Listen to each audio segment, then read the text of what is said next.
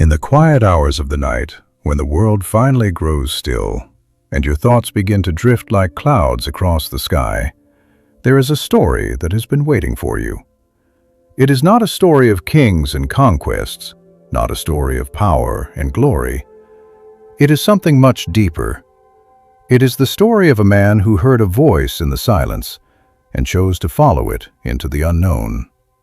It is the complete story of Abraham, and tonight it will carry you gently into sleep. Before he was Abraham, he was simply Abram. Before the promise, there was only an ordinary man living an ordinary life in a city called Ur. Have you ever walked through a crowded place and felt completely alone? Have you ever been surrounded by people and yet felt that something essential was missing? That was Abram. Ur was magnificent. Its towers reached toward the heavens. Its markets overflowed with treasures from distant lands. Its temples were filled with worshippers bowing to gods of stone and wood. But in the middle of all that noise and beauty, Abram carried a quiet ache in his heart. He looked at the idols and knew they could not hear. He listened to the prayers of his neighbors and wondered if anyone was listening at all. And then one day, the voice came. It did not shake the ground. It did not split the sky. It came softly like a whisper in his soul, but it carried weight enough to change everything. The voice said, "Leave your country, your people, and your father's household. Go to the land I will show you. Leave everything. Leave the home you have always known. Leave the graves of your ancestors. Leave the streets where you played as a child. Leave your father's house, your mother's cooking, your brother's laughter. Leave it all and walk into a future you cannot see, following a God you cannot touch, holding on to a promise that has not yet been fulfilled." It sounds impossible, does it not? It sounds like the kind of request that only a fool would accept. But the voice did not stop there. It added something more. It said, "I will make you into a great nation. I will bless you and make your name great. You will be a blessing. I will bless those who bless you, and whoever curses you, I will curse. And through you, all the families of the earth will be blessed." Now here's the part that should make you pause. Abram was 75 years old when he heard these words. His wife Sarai was past the age of bearing children. She had never been able to conceive. In that world, a man without a child was a man without a future. His name would die with him. His memory would fade like smoke. And yet God was telling him that he would become a great nation, that his descendants would be more numerous than the stars. It made no sense. It contradicted everything Abram knew to be true. It was illogical and impossible and absolutely ridiculous. And Abram believed it. He did not argue. He did not ask for proof. He did not demand a sign. The scripture simply says that Abram went as the Lord had told him. He packed up his tents. He gathered his flocks. He held his wife's hand. He embraced his weeping father. And he walked away from the only life he had ever known. Try to feel that moment. Try to imagine the weight of each step. What if he had imagined the voice? What if he was walking toward nothing? What if the desert swallowed them? What if the promise was just a dream? Those questions must have raced through his mind 1,000 times. But he kept walking, one foot in front of the other, day after day, week after week, through barren deserts and rocky valleys, past the ruins of ancient cities and the camps of hostile tribes. He walked until the memories of began to fade like a distant dream. He walked until the only thing he had left was the voice that had called him. Finally, he arrived at a place called Shechem. It was there, under the shade of a great tree, that the voice spoke to him again. This time the words were different. This time God said, "To your offspring I will give this land." Abram did not own a single inch of that soil. He was a stranger there, a foreigner passing through. He had no deed, no title, no claim to anything he could see. But he had the promise. And so he built an altar. He piled stones together, not to build a house or a fortress, but to mark the place where God had spoken. He worshipped there in the dust, surrounded by people who did not know his God, and he declared with that altar that this land belonged to him by something stronger than conquest. It belonged to him by promise. From Shechem he moved south into the hills east of Bethel. There he pitched his tent and built another altar. He called on the name of the Lord. Do you see what he was doing? Everywhere he went, he left behind a marker of worship. Everywhere he went, he declared that there was only one God worthy of praise.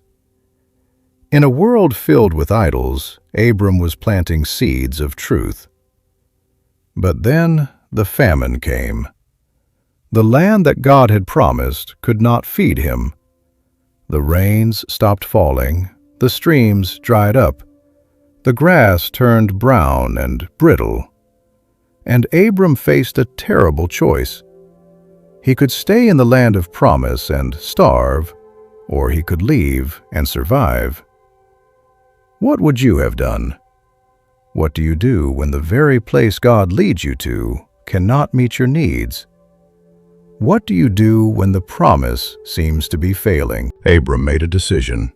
He packed up his tents and headed south toward Egypt. It was not a decision born of doubt, but of desperation. He had flocks to feed and people to protect. He could not watch them die while waiting for the famine to end.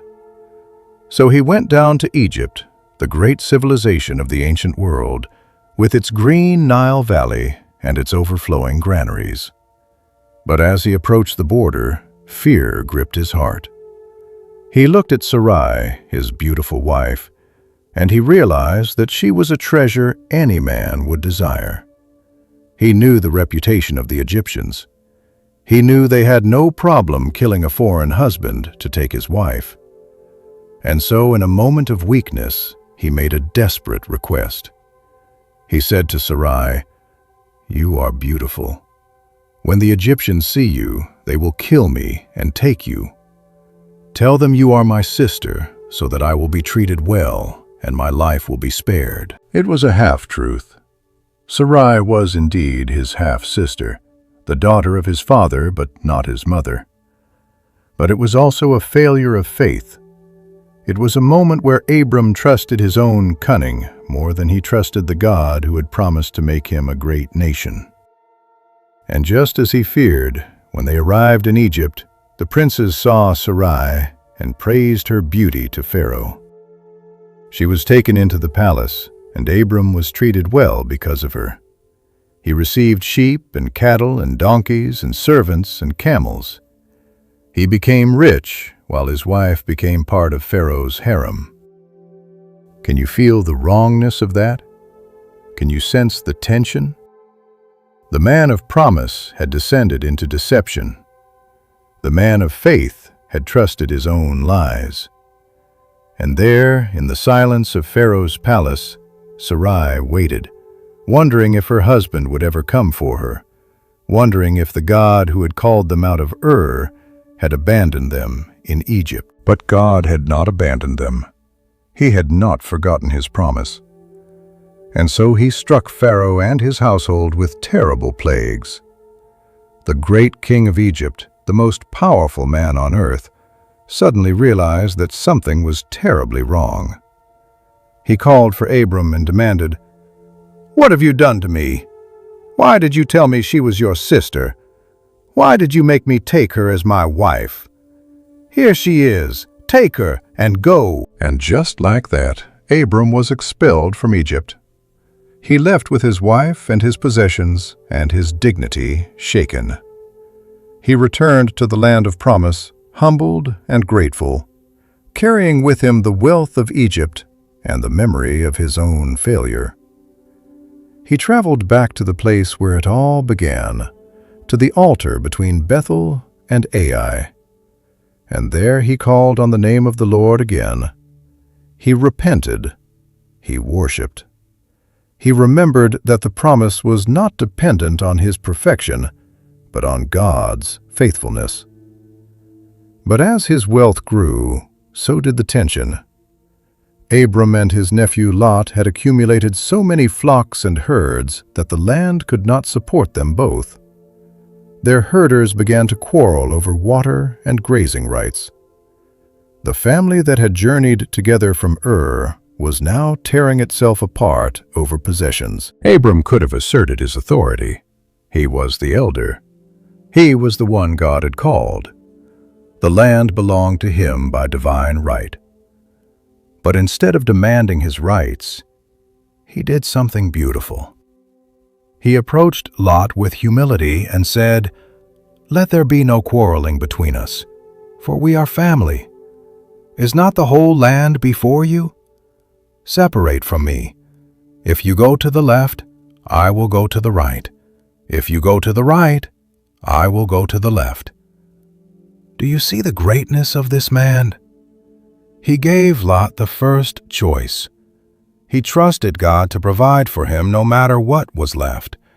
He did not cling to his rights or demand the best land. He released control and trusted the promise. And Lot looked out over the landscape.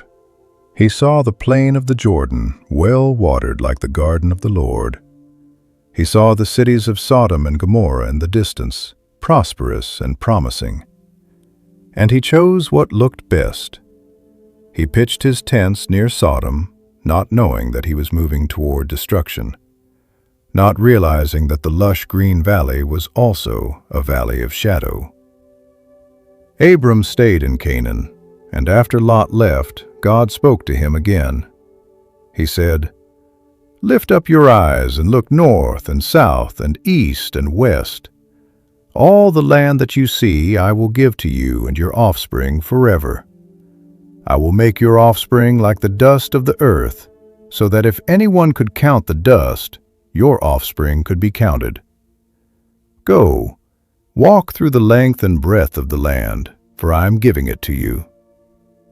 So Abram moved his tents and went to live near the great trees of Mamre at Hebron, and there he built another altar to the Lord. But while Abram was building altars, Lot was building trouble.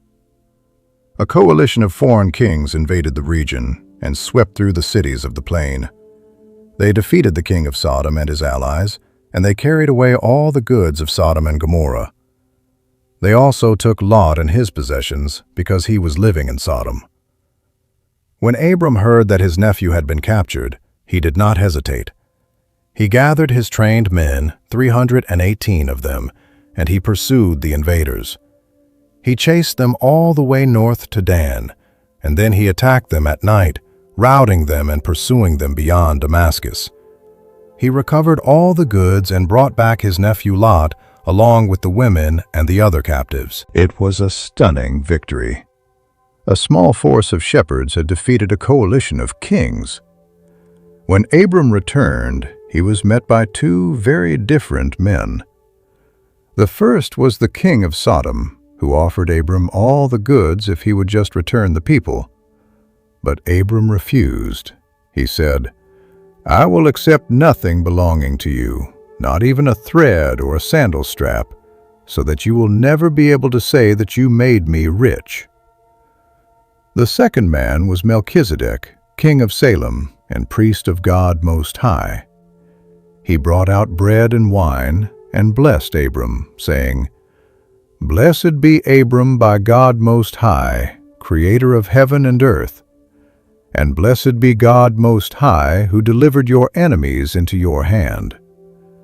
And Abram gave him a tenth of everything. Now as the night grows deeper and your eyes grow heavier, there is one more thing you should know before you drift off to sleep. Abram had won a great victory. He had rescued his nephew.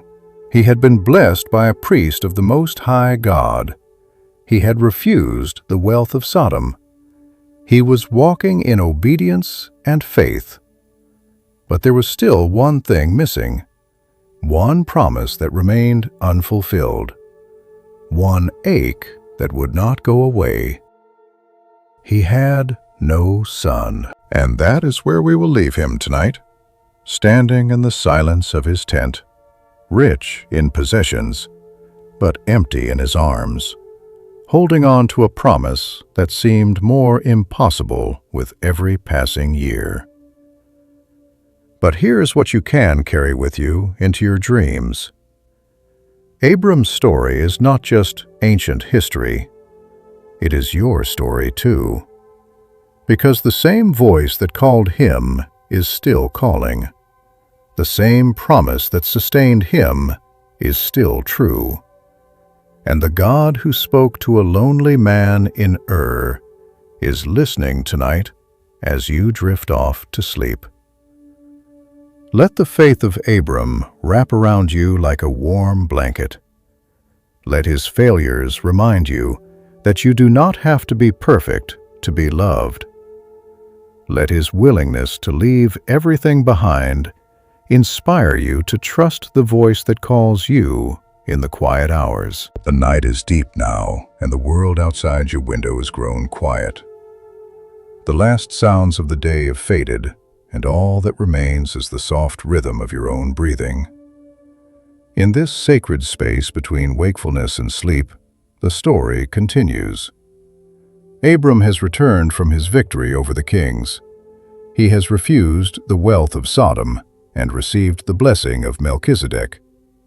He is walking in obedience and faith. But there is still one thing he does not have, one promise that remains unfulfilled, one ache that will not leave his heart. After these things, the word of the Lord came to Abram in a vision.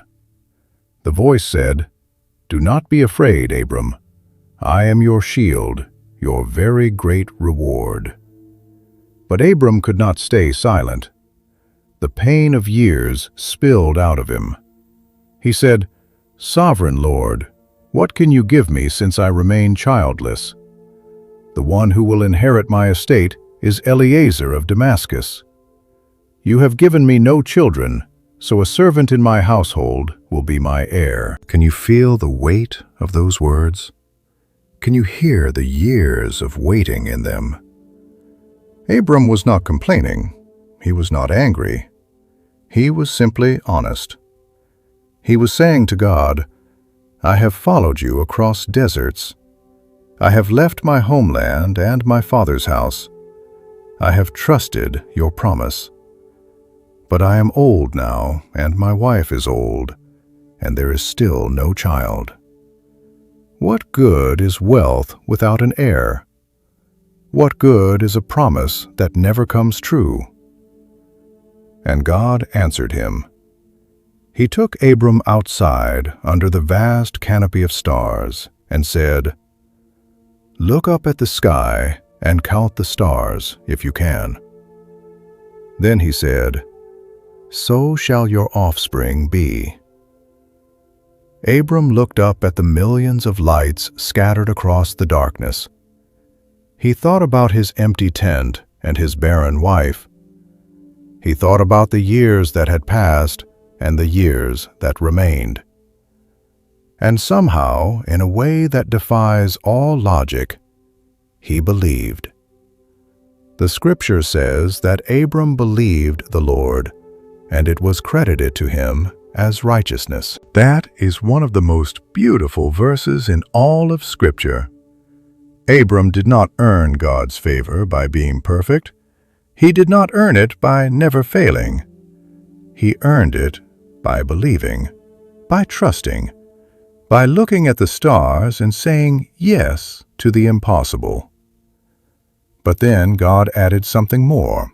He said, "I am the Lord who brought you out of Ur of the Chaldeans to give you this land to take possession of it."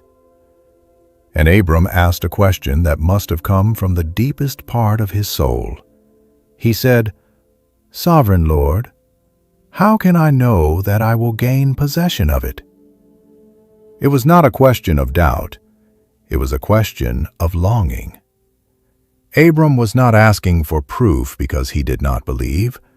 He was asking for reassurance because he wanted to hold on to the promise in the dark hours when the stars seemed too far away. So God told him to bring a heifer, a goat, a ram, a dove, and a young pigeon. Abram brought them all and cut them in two and arranged the halves opposite each other. Then he sat down to wait. As the sun was setting, a deep sleep fell on him, and a thick and dreadful darkness came over him. Have you ever felt that darkness? Have you ever sat in the presence of a promise and felt only fear? That is where Abram found himself. In the darkness, God spoke to him and told him what would happen. He said that Abram's descendants would be strangers in a foreign country and would be enslaved and mistreated for 400 years. But God would punish that nation, and they would come out with great possessions. Abram himself would die in peace at a good old age. Then, when the sun had set and it was dark, a smoking firepot with a blazing torch appeared and passed between the pieces of the animals. On that day, God made a covenant with Abram. He bound himself to the promise with blood and fire. But the waiting was not over. The years continued to pass. Abram and Sarai grew older, and still there was no child. And somewhere in the long silence, Sarai had an idea. She came to Abram and said, "The Lord has kept me from having children. Go and sleep with my servant Hagar. Perhaps I can build a family through her." It seemed like a reasonable solution. It was a custom of the time. If a wife could not bear children, she could give her servant to her husband, and the children born would be considered hers. It was logical. It was practical. It was also a disaster waiting to happen. Abram listened to his wife. He took Hagar, the Egyptian servant, and he slept with her, and she conceived. But as soon as Hagar knew she was pregnant, she began to despise her mistress. Sarai, who had started this whole plan, suddenly found herself humiliated in her own tent. She went to Abram and said, "You are responsible for the wrong I am suffering. I put my servant in your arms, and now that she knows she is pregnant, she despises me. May the Lord judge between you and me." Abram did not argue. He did not defend himself. He simply said to Sarai, "Your servant is in your hands. Do with her whatever you think best."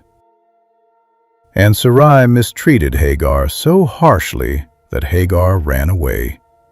She fled into the wilderness, pregnant and alone, with no food and no water and no future. She sat down by a spring of water in the desert, and she wept.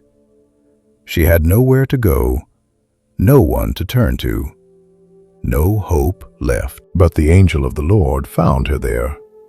He said to her, "Hagar, servant of Sarai, where have you come from, and where are you going?" She said, "I am running away from my mistress Sarai." Then the angel said something that must have shocked her. He said, "Go back to your mistress and submit to her." Then he added, "I will increase your descendants so much that they will be too numerous to count. You are pregnant and will give birth to a son. You shall name him Ishmael, for the Lord has heard of your misery. He will be a wild donkey of a man, His hand will be against everyone, and everyone's hand against him, and he will live in hostility toward all his brothers." Hagar stood there in the desert, a slave woman with no rights and no power, and she realized that God had seen her. God had heard her. God had spoken to her. She gave a name to the Lord who spoke to her. She called him El Roy, the God who sees me. She said, "I have now seen the one who sees me." And she went back. She returned to Abram and Sarai, and she gave birth to a son. Abram named him Ishmael. Abram was 86 years old when Ishmael was born. For a moment, the tent must have been filled with joy. After so many years of waiting, there was finally a child in the camp, a son, an heir. Abram held the baby in his arms and wondered if this was the fulfillment of the promise. Ishmael was strong and healthy. He grew and laughed and played. 13 years passed. Abram loved his son. He hoped in his son. He believed that maybe, just maybe, Ishmael was the one.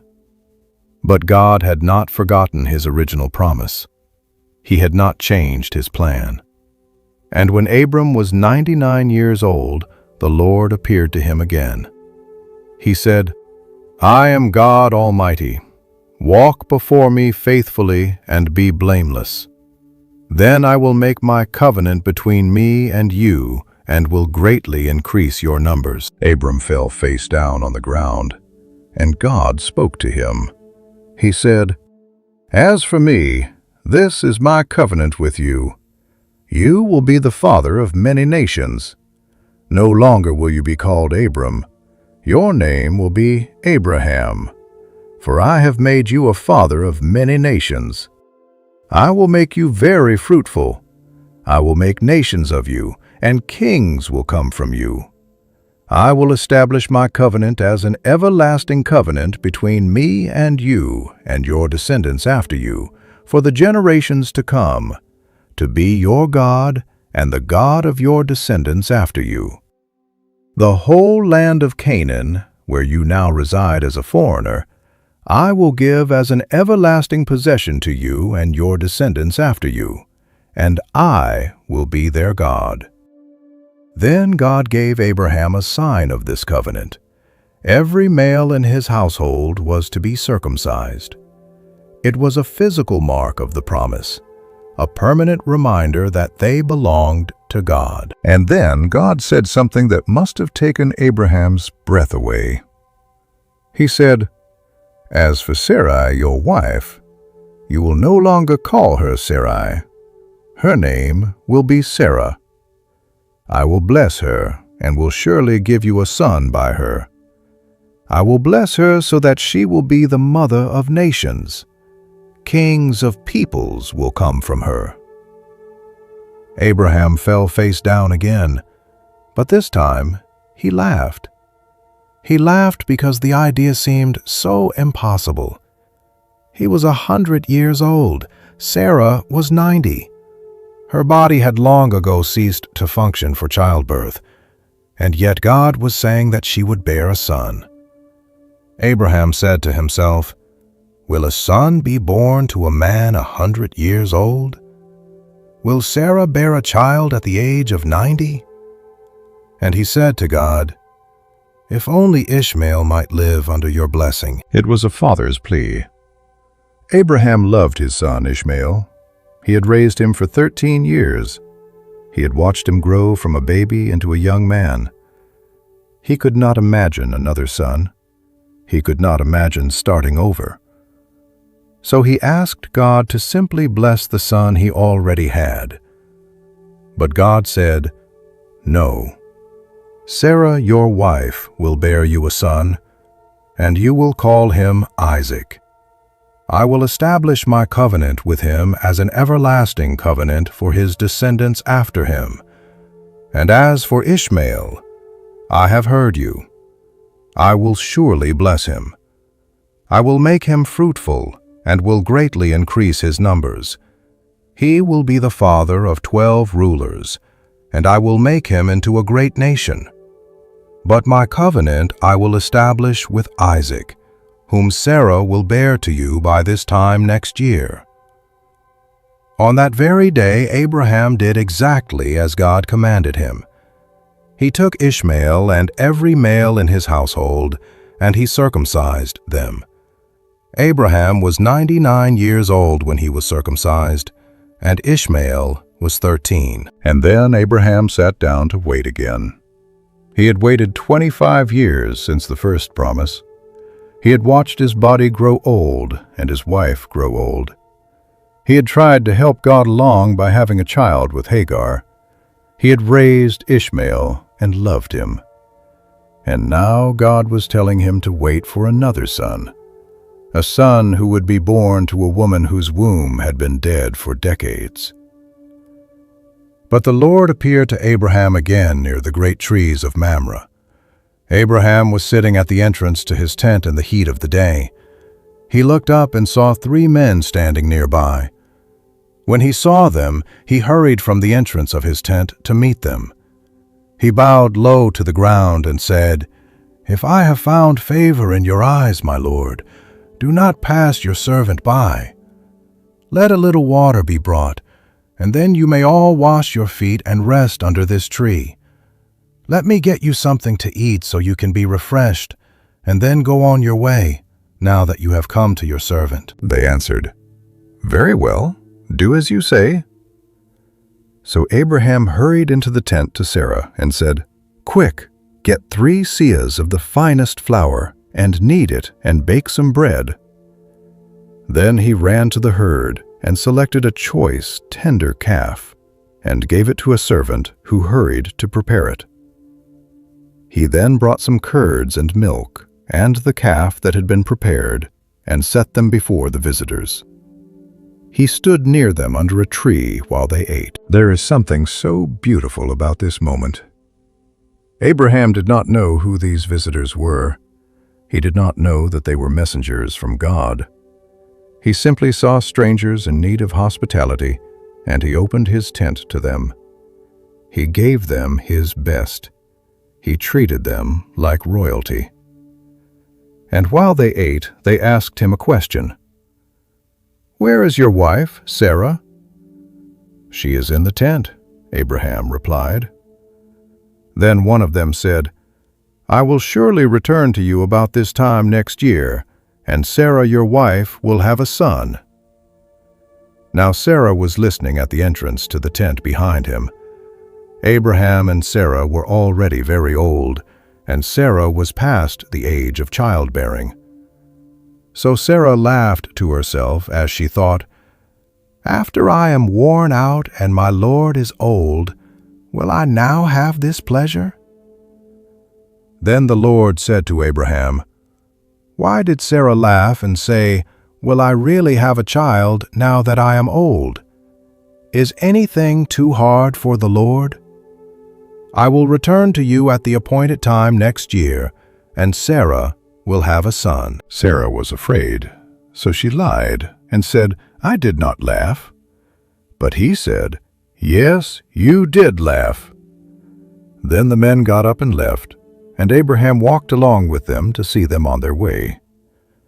And as they walked, the Lord said, "Shall I hide from Abraham what I am about to do?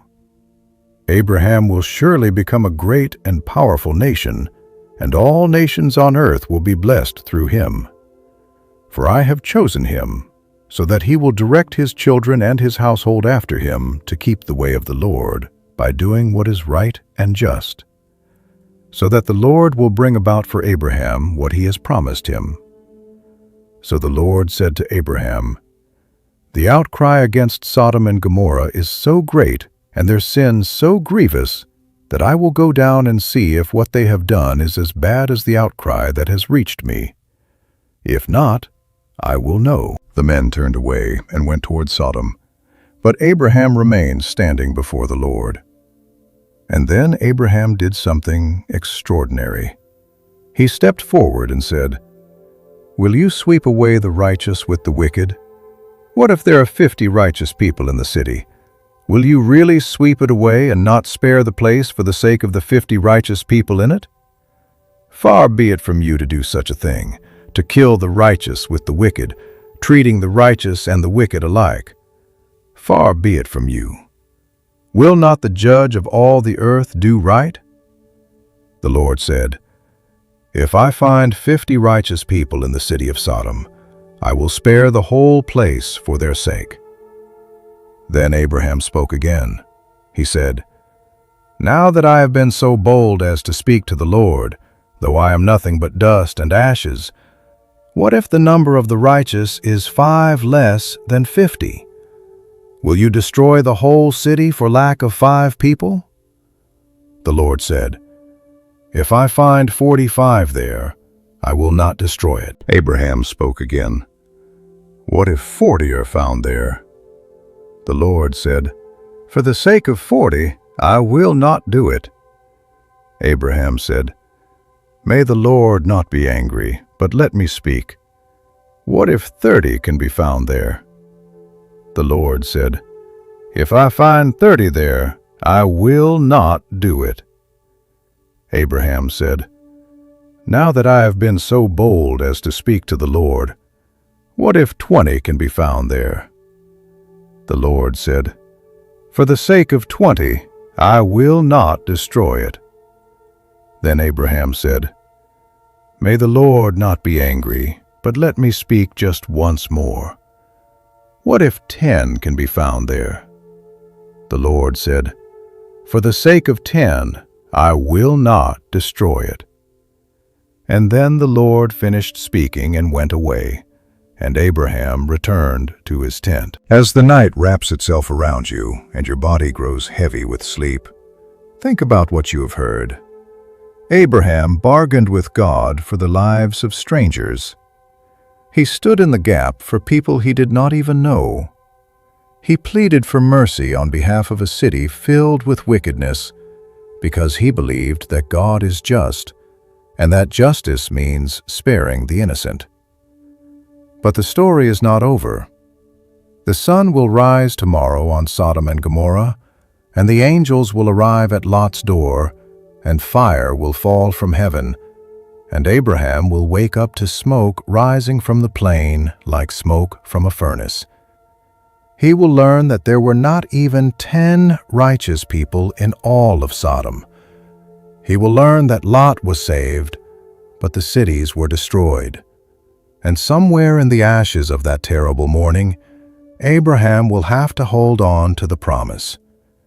He will have to trust that God is still good, even when the world burns. He will have to believe that the sun is coming, even though Sarah's womb is still empty. But that is for another night. Tonight, let your mind rest on the image of Abraham standing before the Lord, bargaining for mercy. Let his courage inspire you. Let his faith comfort you. And let the God who saw Hagar in the desert, the God who heard the cries of a slave woman, the God who is not too far away to notice your own pain, let that God hold you as you drift off to sleep. The stars are still there, just as they were when Abraham looked up and believed. And the same promise that carried him through the long years of waiting is still true tonight. Rest in that promise. Sleep in that peace. The best is yet to come. The night has settled deeply now, and the weight of the day has lifted from your shoulders. The world is still and quiet, and you are safe in the darkness. Let the story continue to carry you gently toward sleep. Abraham returned to his tent after bargaining with the Lord, not knowing what the morning would bring. He rested through the night while the angels continued on their way toward Sodom. And as evening fell on the city, 2 angels arrived at the gates. Lot was sitting there, and when he saw them, he rose to meet them and bowed low. He said, "Please, my lords, turn aside to your servant's house. You can wash your feet and spend the night, and then go on your way early in the morning." The angels said, "No, we will spend the night in the square." But Lot insisted so strongly that they finally agreed and went to his house. He prepared a meal for them, baking bread without yeast, and they ate. But before they could lie down to rest, the men of Sodom surrounded the house. Every man in the city, young and old, gathered at the door. They called out to Lot, "Where are the men who came to you tonight? Bring them out to us so that we can know them." Lot went outside to meet them and shut the door behind him. He said, "Please, my brothers, do not do this wicked thing. Look, I have 2 daughters who have never known a man. Let me bring them out to you, and you can do what you like with them. But do not do anything to these men, for they have come under the protection of my roof." The men of Sodom were not moved by his plea. They said, "This fellow came here as a foreigner, and now he wants to play the judge. We will treat you worse than them." They pressed against Lot and moved forward to break down the door. But the angels reached out and pulled Lot back into the house and shut the door. Then they struck the men at the door with blindness so that they could not find the entrance. The angels said to Lot, "Do you have anyone else here, sons-in-law, sons or daughters, or anyone else in the city who belongs to you? Get them out of here, because we are going to destroy this place. The outcry to the Lord against its people is so great that he has sent us to destroy it." So Lot went out and spoke to his sons-in-law, the men who were pledged to marry his daughters. He said, "Hurry and get out of this place, because the Lord is about to destroy the city." But his sons-in-law thought he was joking. As dawn was breaking, the angels urged Lot, saying, "Hurry, take your wife and your 2 daughters who are here, or you will be swept away when the city is punished." But Lot hesitated. He stood there frozen, unable to move, unable to leave behind everything he had built. So the angels grabbed his hand and the hands of his wife and his 2 daughters and led them safely out of the city. They did it because the Lord was merciful to him. One of the angels said, "Flee for your lives, do not look back, and do not stop anywhere in the plain. Flee to the mountains, or you will be swept away." But Lot said to them, "No, my lords, please. You have been so kind to your servant, and have shown me great mercy by sparing my life. But I cannot flee to the mountains. This disaster will overtake me, and I will die. Look, here is a town near enough to run to, and it is small. Let me flee there. Is it not a small town? Then I will live." The angel said, "Very well. I will grant this request too. I will not overthrow the town you speak of, but flee there quickly, because I cannot do anything until you reach it." The sun had risen over the land when Lot reached the small town of Zoar. And then the Lord rained down burning sulfur on Sodom and Gomorrah, fire from the heavens. He overthrew those cities and the entire plain, destroying all those living in the cities and the vegetation in the land. But Lot's wife looked back as she fled, and she became a pillar of salt. Early the next morning, Abraham got up and returned to the place where he had stood before the Lord. He looked down toward Sodom and Gomorrah and toward all the land of the plain, and he saw dense smoke rising from the land like smoke from a furnace. So when God destroyed the cities of the plain, he remembered Abraham, and he brought Lot out of the catastrophe that overthrew the cities where Lot had lived. Lot was afraid to stay in Zoar, so he and his 2 daughters moved into the mountains and lived in a cave. And in that cave, something terrible happened. The older daughter said to the younger, "Our father is old, and there is no man anywhere here to give us children. Come, let us get our father to drink wine, and then we can sleep with him and preserve our family line through our father." That night they got their father to drink wine, and the older daughter went in and slept with him. He was not aware of it when she lay down or when she got up. The next day, the older daughter said to the younger, "Last night I slept with my father. Let us get him to drink wine again tonight, and you go in and sleep with him so we can preserve our family line through our father." So they got their father to drink wine that night also, and the younger daughter went in and slept with him. Again, he was not aware of it when she lay down or when she got up. So both of Lot's daughters became pregnant by their father. The older daughter had a son and named him Moab. He is the father of the Moabites to this day. The younger daughter also had a son and named him Ben-Ami. He is the father of the Ammonites to this day. Now Abraham moved away from the great trees of Mamre and traveled toward the Negev. He settled between Kadesh and Shur, and for a while he stayed in Gerar. And there, once again, Abraham told everyone that Sarah was his sister. It was the same fear, the same failure, the same lack of trust that had sent him to Egypt years before. King Abimelech of Gerar sent for Sarah and took her into his palace. But God came to Abimelech in a dream one night and said, "You are as good as dead because of the woman you have taken. She is a married woman." Abimelech had not gone near her, so he said, "Lord, will you destroy an innocent nation? Did he not say to me, 'She is my sister'? And did she not also say, 'He is my brother'? I have done this with a clear conscience and clean hands." Then God said to him in the dream, "Yes, I know you did this with a clear conscience, and so I have kept you from sinning against me. That is why I did not let you touch her. Now return the man's wife, for he is a prophet, and he will pray for you, and you will live.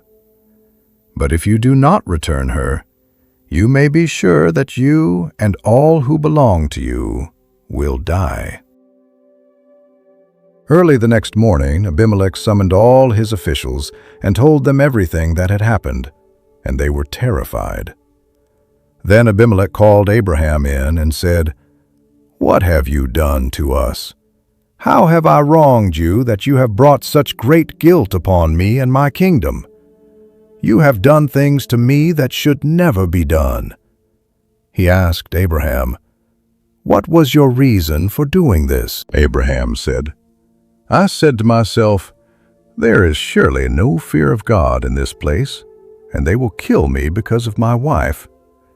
Besides, she really is my sister, the daughter of my father, though not of my mother, and she became my wife. And when God had me wander from my father's household, I said to her, "This is how you can show your love to me. Everywhere we go, say of me, 'He is my brother.'" Then Abimelech brought sheep and cattle and male and female slaves and gave them to Abraham, and he returned Sarah his wife to him. And Abimelech said, "My land is before you. Live wherever you please." To Sarah he said, "I am giving your brother 1,000 shekels of silver. This is to cover the offense against you before all who are with you. You are completely vindicated." Then Abraham prayed to God, and God healed Abimelech, his wife, and his female slaves so they could have children again. For the Lord had kept all the women in Abimelech's household from conceiving because of Abraham's wife, Sarah. Now the Lord was gracious to Sarah, as he had said, and the Lord did for Sarah what he had promised. Sarah became pregnant and bore a son to Abraham in his old age, at the very time God had promised him. Abraham gave the name Isaac to the son Sarah bore him. When his son Isaac was 8 days old, Abraham circumcised him, as God commanded him. Abraham was 100 years old when his son Isaac was born to him. Sarah said, "God has brought me laughter, and everyone who hears about this will laugh with me." She said, Who would have said to Abraham that Sarah would nurse children? Yet I have borne him a son in his old age." The child grew and was weaned, and on the day Isaac was weaned, Abraham held a great feast. But Sarah noticed something that troubled her deeply. She saw Ishmael, the son of Hagar the Egyptian, mocking Isaac. She went to Abraham and said, "Get rid of that slave woman and her son, for that slave woman's son will never share in the inheritance with my son Isaac." The matter distressed Abraham greatly because it concerned his son Ishmael. He loved Ishmael. For 13 years Ishmael had been his only son. He had raised him, taught him, watched him grow into a young man. The thought of sending him away broke Abraham's heart. But God said to Abraham, "Do not be so distressed about the boy and your slave woman. Listen to whatever Sarah tells you, because it is through Isaac that your offspring will be reckoned. I will also make the son of the slave into a nation, for he is your offspring." Early the next morning, Abraham took some food and a skin of water and gave them to Hagar. He set them on her shoulders and then sent her off with the boy. She wandered in the wilderness of Beersheba. When the water in the skin was gone, she put the boy under one of the bushes. Then she went off and sat down about a bowshot away, for she thought, "I cannot watch the boy die." And as she sat there, she began to sob. God heard the boy crying, and the angel of God called to Hagar from heaven and said to her, "What is the matter, Hagar? Do not be afraid. God has heard the boy crying as he lies there. Lift the boy up and take him by the hand, for I will make him into a great nation." Then God opened her eyes, and she saw a well of water. So she went and filled the skin with water and gave the boy a drink. God was with the boy as he grew up. He lived in the wilderness of Paran and became an archer. While he was living in the desert of Paran, his mother got a wife for him from Egypt. Now at that time, Abimelech and his army commander Phicol said to Abraham, "God is with you in everything you do. Now swear to me here before God that you will not deal falsely with me or my children or my descendants. Show to me and the country where you now reside as a foreigner the same kindness I have shown to you." Abraham said, "I swear it." Then Abraham complained to Abimelech about a well of water that Abimelech's servants had seized. But Abimelech said, "I do not know who has done this. You did not tell me, and I heard about it only today." So Abraham brought sheep and cattle and gave them to Abimelech, and the two men made a treaty. Abraham set apart 7 ewe lambs from the flock, and Abimelech asked Abraham, "What is the meaning of these 7 ewe lambs you have set apart by themselves?" Abraham replied, "Accept these 7 lambs from my hand as a witness that I dug this well." So that place was called Beersheba, because the two men swore an oath there. After the treaty had been made at Beersheba, Abimelech and Phicol returned to the land of the Philistines. Abraham planted a tamarisk tree in Beersheba, and there he called on the name of the Lord, the eternal God. And Abraham stayed in the land of the Philistines for a long time. Now as the night deepens and your eyes grow heavy, think about what you have heard. Sarah laughed when she was told she would have a son, and then she laughed again when that son was born. Isaac means laughter, and his name carried the joy of a promise finally fulfilled. But that joy came with sorrow. Hagar and Ishmael were sent away into the wilderness, and Abraham had to let them go. He had to trust that God would care for them, that God would keep his promise to make Ishmael a great nation, even though Abraham could no longer protect him. There is so much in this story that mirrors your own life. The waiting for promises that seem impossible.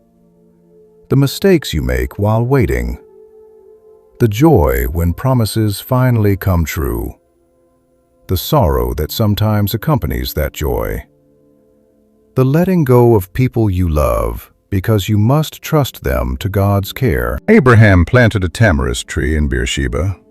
It was a sign of permanence in a life of wandering.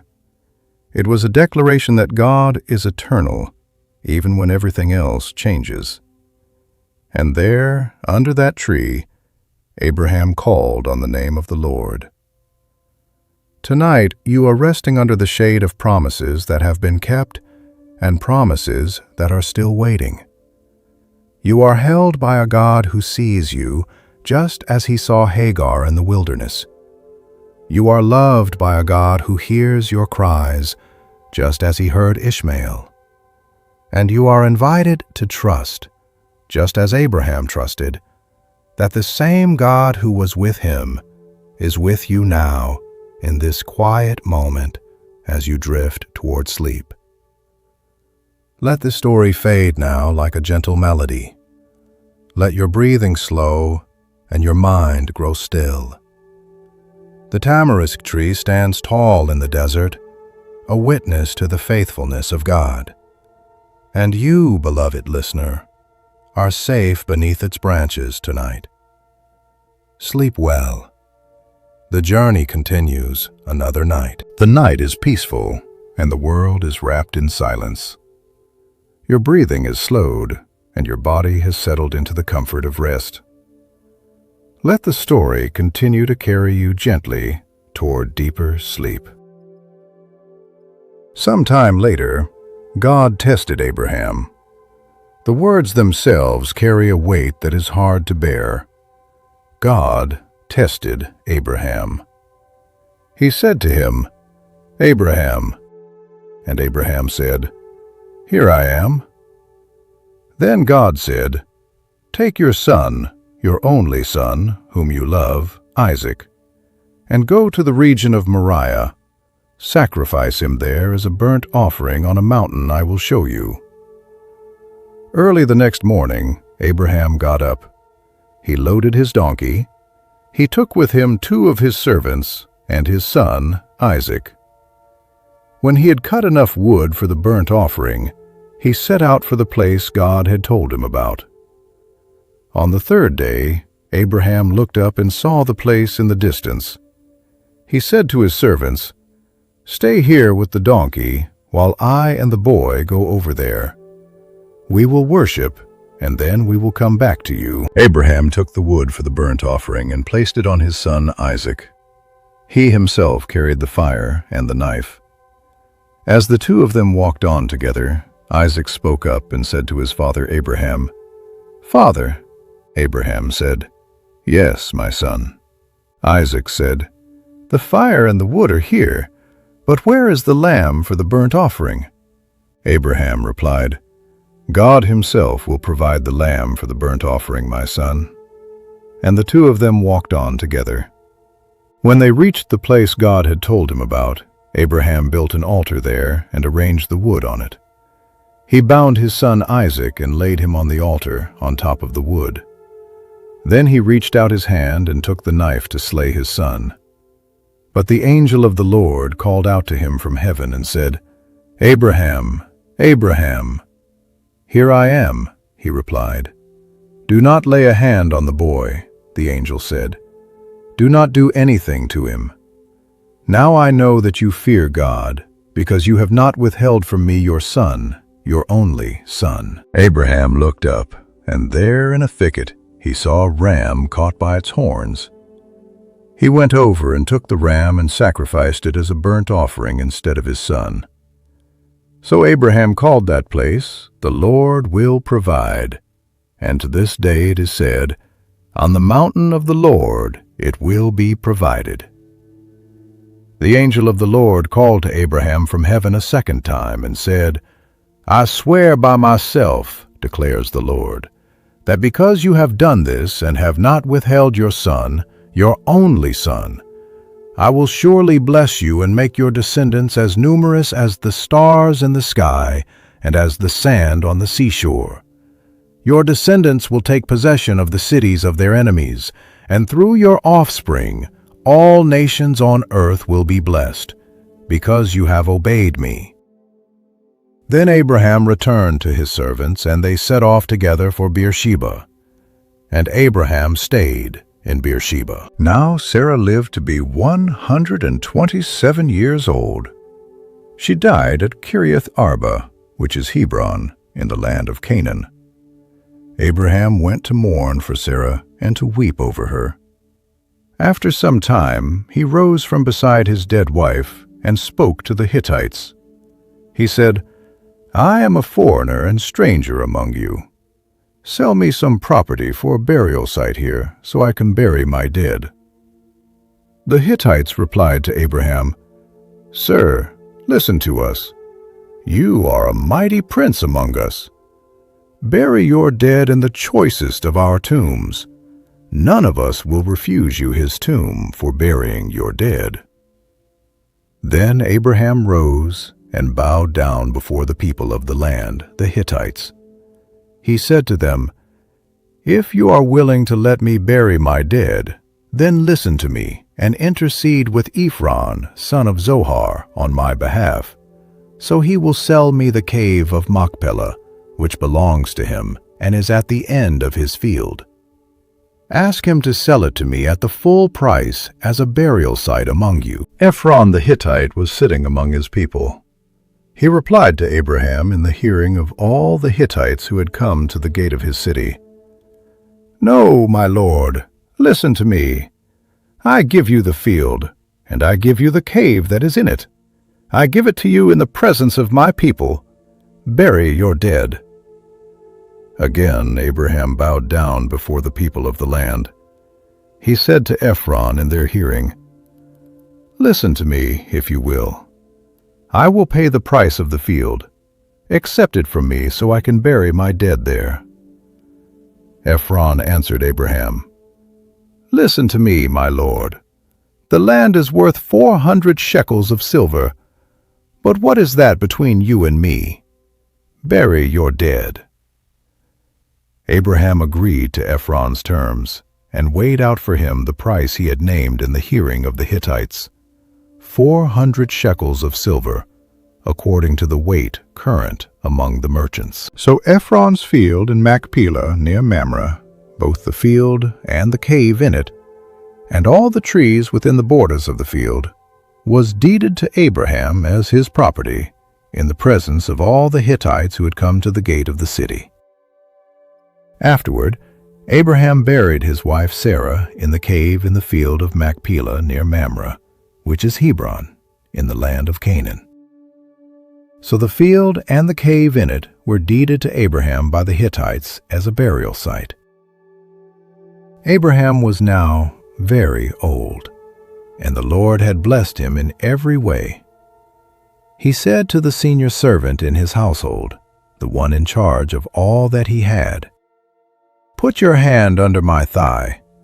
I want you to swear by the Lord, the God of heaven and the God of earth, that you will not get a wife for my son from the daughters of the Canaanites, among whom I am living, but will go to my country and to my own relatives and get a wife for my son Isaac." The servant asked him, "What if the woman is unwilling to come back with me to this land? Shall I then take your son back to the country you came from?" "Make sure that you do not take my son back there," Abraham said. "The Lord, the God of heaven, who brought me out of my father's household in my native land, and who spoke to me and promised me on oath, saying, 'To your offspring I will give this land.' He will send his angel before you, so that you can get a wife for my son from there. If the woman is unwilling to come back with you, then you will be released from this oath of mine.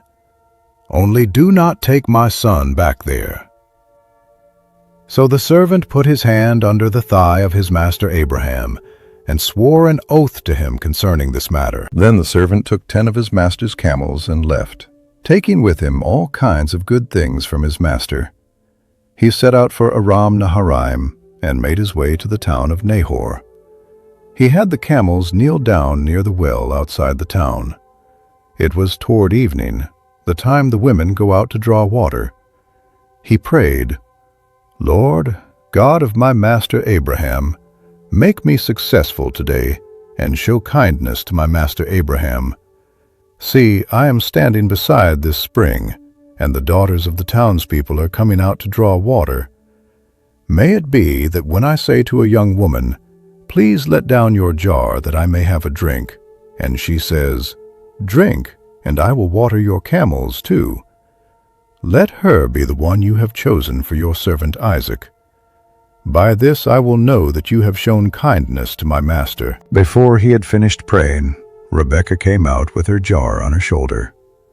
She was the daughter of Bethuel, son of Milcah, who was the wife of Nahor, Abraham's brother. The woman was very beautiful, a virgin. No man had ever slept with her. She went down to the spring, filled her jar, and came up again. The servant hurried to meet her and said, "Please give me a little water from your jar." "Drink, my lord," she said, and quickly lowered the jar to her hands and gave him a drink. After she had given him a drink, she said, "I will draw water for your camels too, until they have finished drinking." So she quickly emptied her jar into the trough, ran back to the well to draw more water, and drew enough for all his camels. The servant watched her closely to learn whether or not the Lord had made his journey successful. When the camels had finished drinking, the servant took out a gold nose ring weighing a half shekel, and 2 gold bracelets for her arms weighing 10 shekels. Then he asked, "Whose daughter are you? Please tell me, is there room in your father's house for us to spend the night?" She answered, "I am the daughter of Bethuel, the son that Milcah bore to Nahor." And she added, "We have plenty of straw and fodder, as well as room for you to spend the night." Then the servant bowed down and worshipped the Lord, saying, "Praise be to the Lord, the God of my master Abraham, who has not abandoned his kindness and faithfulness to my master. As for me, the Lord has led me on the journey to the house of my master's relatives." The young woman ran and told her mother's household about these things. Now Rebekah had a brother named Laban, and he hurried out to the spring to meet the servant. He had seen the nose ring and the bracelets on his sister's arms, and had heard Rebekah tell what the servant said to her. So he went out to the man and found him standing by the camels near the spring. He said, "Come, you who are blessed by the Lord, why are you standing out here? I have prepared the house and a place for the camels." So the servant went to the house, and the camels were unloaded. Straw and fodder were brought for the camels, and water for him and his men to wash their feet. Then food was set before him, but he said, "I will not eat until I have told you what I have to say." "Tell us," Laban said. So he said, "I am Abraham's servant. The Lord has blessed my master abundantly, and he has become wealthy. He has given him sheep and cattle, silver and gold, male and female servants, and camels and donkeys. My master's wife Sarah bore him a son in her old age, and he has given him everything he owns. My master made me swear an oath and said, 'You must not get a wife for my son from the daughters of the Canaanites, in whose land I live, but go to my father's family and to my own clan and get a wife for my son.' Then I asked my master, 'What if the woman will not come back with me?' He replied, 'The Lord, before whom I have walked faithfully, will send his angel with you and make your journey a success so that you can get a wife for my son from my own clan and from my father's family. You will be released from my oath if, when you go to my clan, they refuse to give her to you. Then you will be free from my oath.' When I came to the spring today, I said, 'Lord, God of my master Abraham, if you will, please grant success to the journey on which I have come. See, I am standing beside this spring. If a young woman comes out to draw water, and I say to her, "Please let me drink a little water from your jar," And if she says to me, 'Drink, and I will draw water for your camels too,' let her be the one the Lord has chosen for my master's son." Before I finished praying in my heart, Rebekah came out with her jar on her shoulder.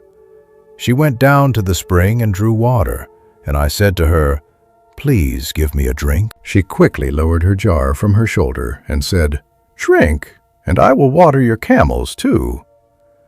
So I drank, and she watered the camels also. I asked her, "Whose daughter are you?" She said, "The daughter of Bethuel, son of Nahor, whom Milcah bore to him." Then I put the ring in her nose and the bracelets on her arms, and I bowed down and worshipped the Lord. I praised the Lord, the God of my master Abraham, who had led me on the right road to get the granddaughter of my master's brother for his son. Now if you will show kindness and faithfulness to my master, tell me, and if not, tell me, so I may know which way to turn." Laban and Bethuel answered, "This is from the Lord. We can say nothing to you one way or the other. Here is Rebekah. Take her and go, and let her become the wife of your master's son, as the Lord has directed." When Abraham's servant heard what they said, he bowed down to the ground before the Lord. Then the servant brought out gold and silver jewelry and articles of clothing, and gave them to Rebekah.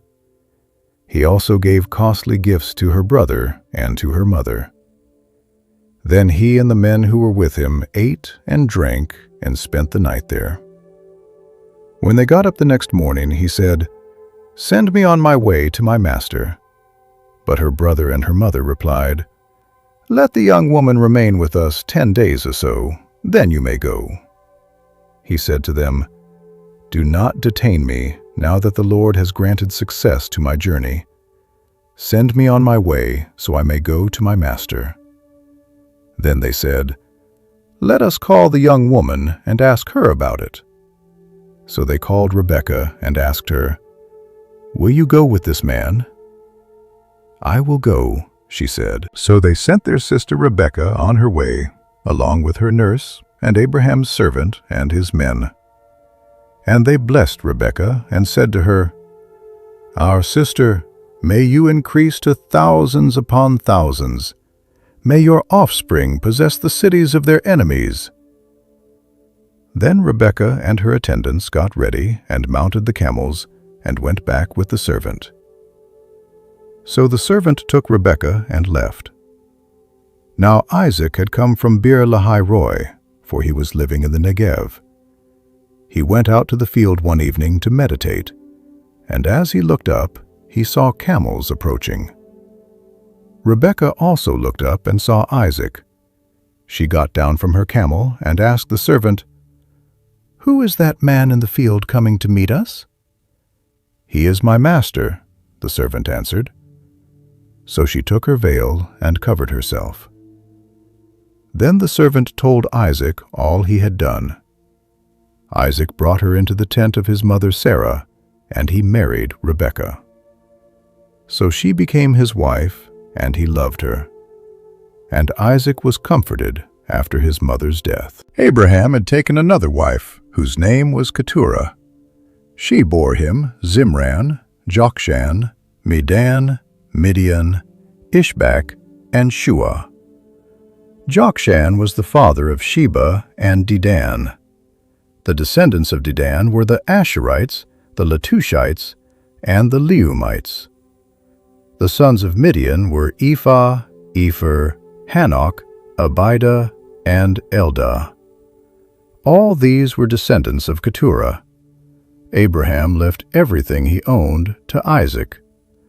But while he was still living, he gave gifts to the sons of his concubines and sent them away from his son Isaac to the land of the east. Abraham lived 175 years. Then he breathed his last and died at a good old age, an old man and full of years. He was gathered to his people. His sons Isaac and Ishmael buried him in the cave of Machpelah near Mamre, in the field of Ephron, son of Zohar the Hittite, the field Abraham had bought from the Hittites. There Abraham was buried with his wife Sarah. After Abraham's death, God blessed his son Isaac, who then lived near Beer Lahai Roi. This is the account of the family line of Abraham's son Isaac. Abraham became the father of Isaac, and Isaac was 40 years old when he married Rebekah, daughter of Bethuel the Aramean, from Padan Aram, and sister of Laban the Aramean. Isaac prayed to the Lord on behalf of his wife because she was childless. The Lord answered his prayer, and his wife Rebekah became pregnant. The babies jostled each other within her, and she said, "Why is this happening to me?" So she went to inquire of the Lord. The Lord said to her, "Two nations are in your womb, and two peoples from within you will be separated. One people will be stronger than the other, and the older will serve the younger." When the time came for her to give birth, there were twin boys in her womb. The first to come out was red, and his whole body was like a hairy garment. So they named him Esau. After this, his brother came out, with his hand grasping Esau's heel. So he was named Jacob.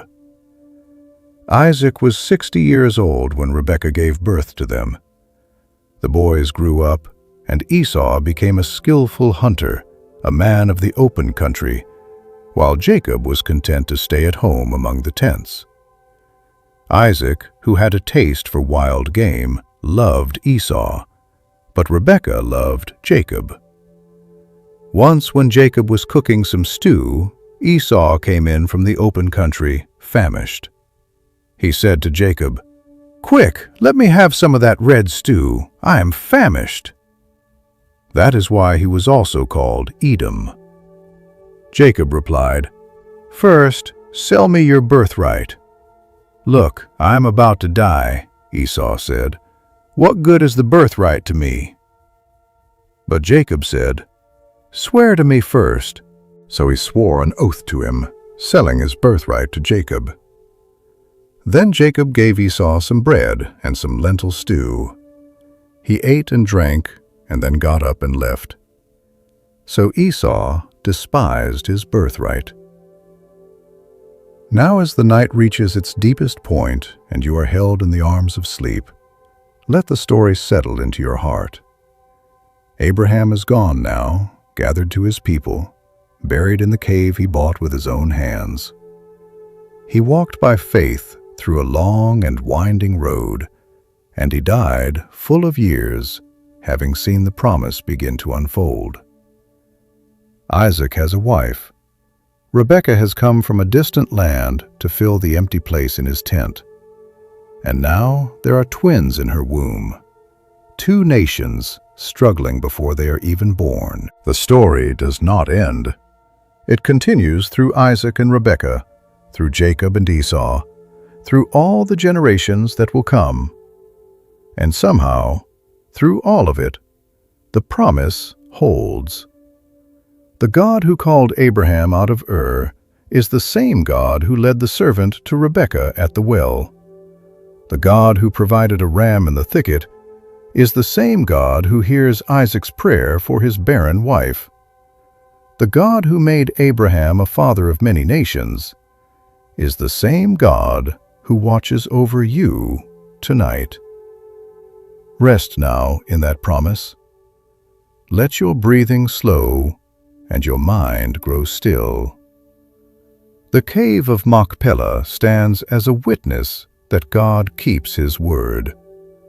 The well in the desert still flows with water for those who thirst. And you, beloved listener, are held in the hands of the God who sees, the God who hears, the God who provides. Sleep well. The journey continues, but tonight you are safe. The night has wrapped itself around you like a gentle blanket, and the world outside has faded into silence. Your breathing has slowed, your body has softened, and you are ready to be carried deeper into rest. Let the story continue to hold you in its ancient embrace. Now there was a famine in the land, besides the previous famine that had occurred in the days of Abraham. So Isaac went to Abimelech, king of the Philistines in Gerar. The Lord appeared to Isaac and said, "Do not go down to Egypt. Live in the land where I tell you to live. Stay in this land for a while, and I will be with you and will bless you. For to you and your descendants I will give all these lands, and will confirm the oath I swore to your father Abraham. I will make your descendants as numerous as the stars in the sky, and will give them all these lands. And through your offspring all nations on earth will be blessed, because Abraham obeyed me and did everything I required of him, keeping my commands, my decrees, and my instructions." So Isaac stayed in Gerar. When the men of that place asked him about his wife, he said, "She is my sister," because he was afraid to say, "She is my wife."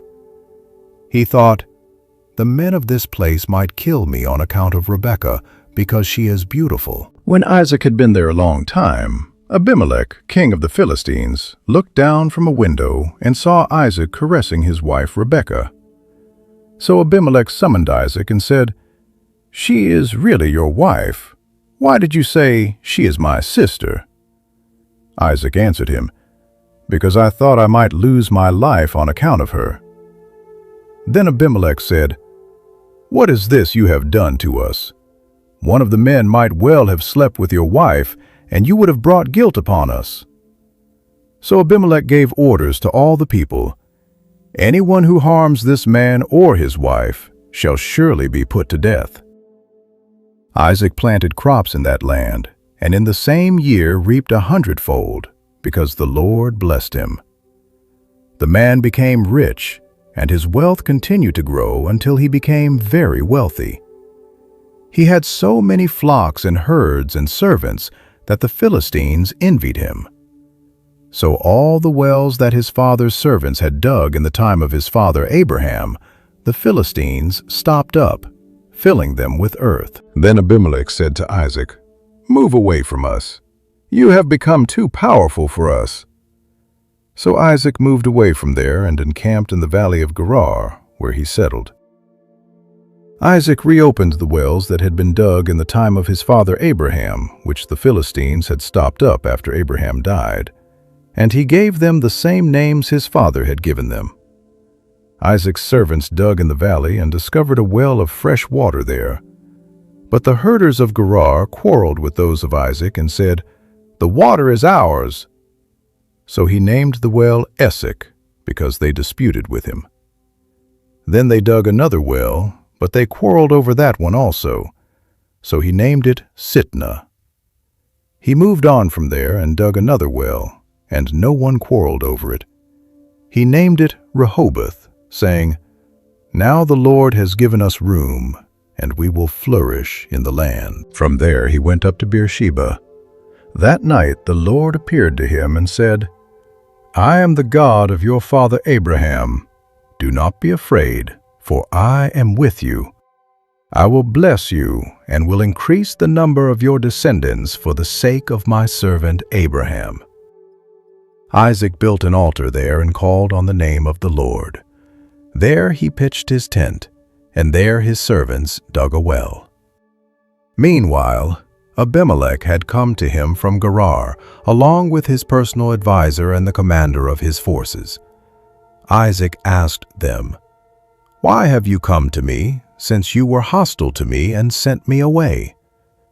They answered, "We saw clearly that the Lord was with you, so we said, 'There ought to be a sworn agreement between us and you.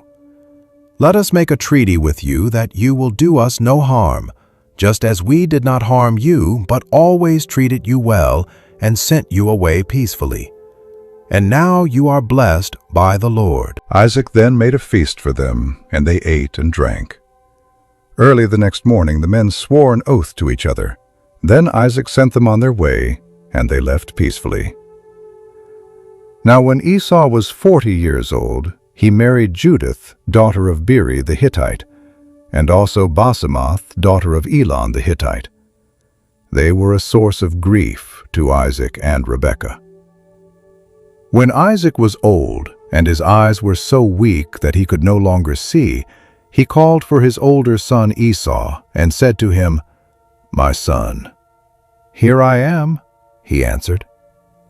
Isaac said, "I am now an old man, and do not know the day of my death.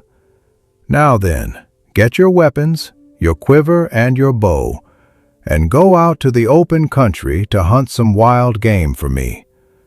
Prepare me the kind of tasty food I like, and bring it to me to eat, so that I may give you my blessing before I die." Now Rebekah was listening as Isaac spoke to his son Esau. When Esau left for the open country to hunt game and bring it back, Rebekah said to her son Jacob, "Look, I overheard your father say to your brother Esau, 'Bring me some game and prepare me some tasty food to eat, so that I may give you my blessing in the presence of the Lord before I die.' Now, my son, listen carefully and do what I tell you.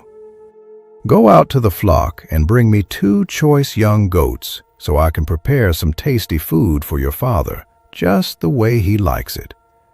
Then take it to your father to eat, so that he may give you his blessing before he dies." Jacob said to Rebekah his mother, "But my brother Esau is a hairy man, while I have smooth skin. What if my father touches me? I would appear to be tricking him and would bring down a curse on myself rather than a blessing." His mother said to him, "My son, let the curse fall on me. Just do what I say. Go and get them for me." So he went and got them and brought them to his mother, and she prepared some tasty food, just the way his father liked it.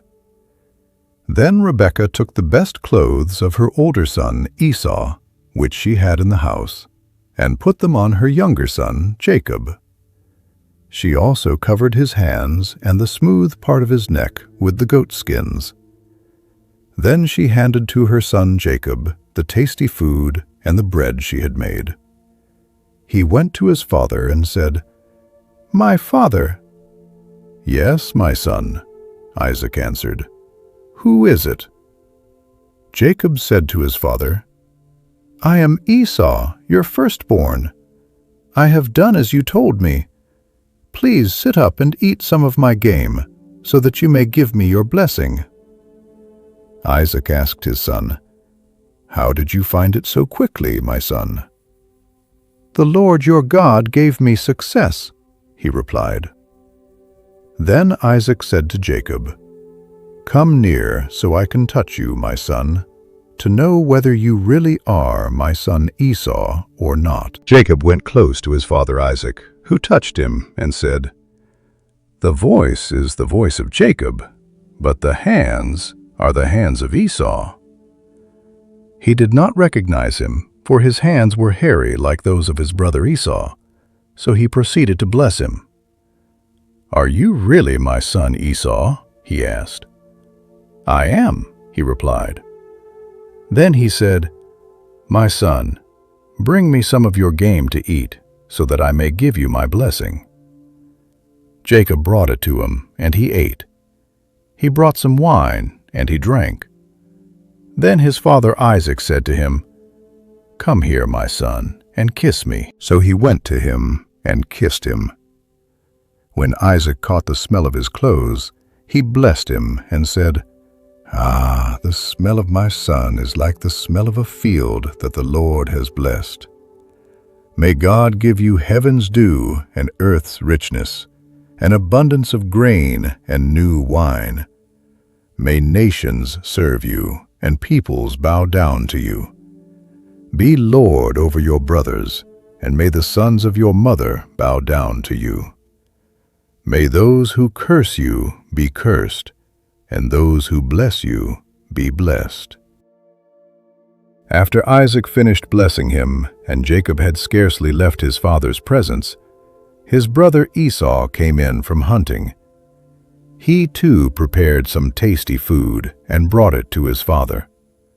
Then he said to him, "My father, please sit up and eat some of my game, so that you may give me your blessing." His father Isaac asked him, "Who are you?"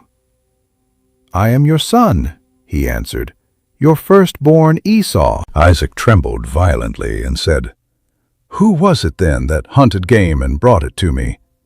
I ate it just before you came, and I blessed him, and indeed he will be blessed." When Esau heard his father's words, he burst out with a loud and bitter cry, and said to his father, "Bless me! Me too, my father!" But he said, "Your brother came deceitfully and took your blessing." Esau said, "Is he not rightly named Jacob? This is the second time he has taken advantage of me. He took my birthright, and now he has taken my blessing." Then he asked, "Haven't you reserved any blessing for me?" Isaac answered Esau, "I have made him lord over you, and have made all his relatives his servants, and I have sustained him with grain and new wine. So what can I possibly do for you, my son?" Esau said to his father, "Do you have only one blessing, my father? Bless me too, my father." Then Esau wept aloud. His father Isaac answered him, "Your dwelling will be away from the earth's richness, away from the dew of heaven above. You will live by the sword, and you will serve your brother. But when you grow restless, you will throw his yoke from off your neck." Esau held a grudge against Jacob because of the blessing his father had given him.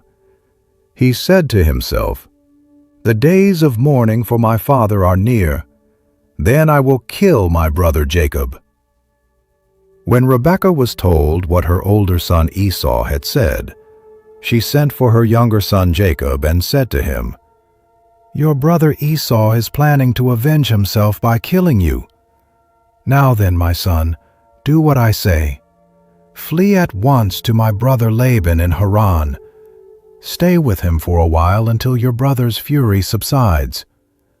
When your brother is no longer angry with you and forgets what you did to him, I will send word for you to come back from there. Why should I lose both of you in one day?" Then Rebekah said to Isaac, "I am disgusted with living because of these Hittite women. If Jacob takes a wife from among the women of this land, from Hittite women like these, my life will not be worth living." So Isaac called for Jacob and blessed him. Then he commanded him, "Do not marry a Canaanite woman. Go at once to Padan Aram, to the house of your mother's father Bethuel. Take a wife for yourself there, from among the daughters of Laban, your mother's brother. May God Almighty bless you and make you fruitful and increase your numbers until you become a community of peoples. May He give you and your descendants the blessing given to Abraham, so that you may take possession of the land where you now reside as a foreigner, the land God gave to Abraham." Then Isaac sent Jacob on his way, and he went to Padan Aram, to Laban, son of Bethuel the Aramean, the brother of Rebekah, who was the mother of Jacob and Esau. Now Esau learned that Isaac had blessed Jacob and had sent him to Padan Aram to take a wife from there, and that when he blessed him, he commanded him, "Do not marry a Canaanite woman," and that Jacob had obeyed his father and mother and had gone to Padan Aram. Esau then realized how displeasing the Canaanite women were to his father Isaac.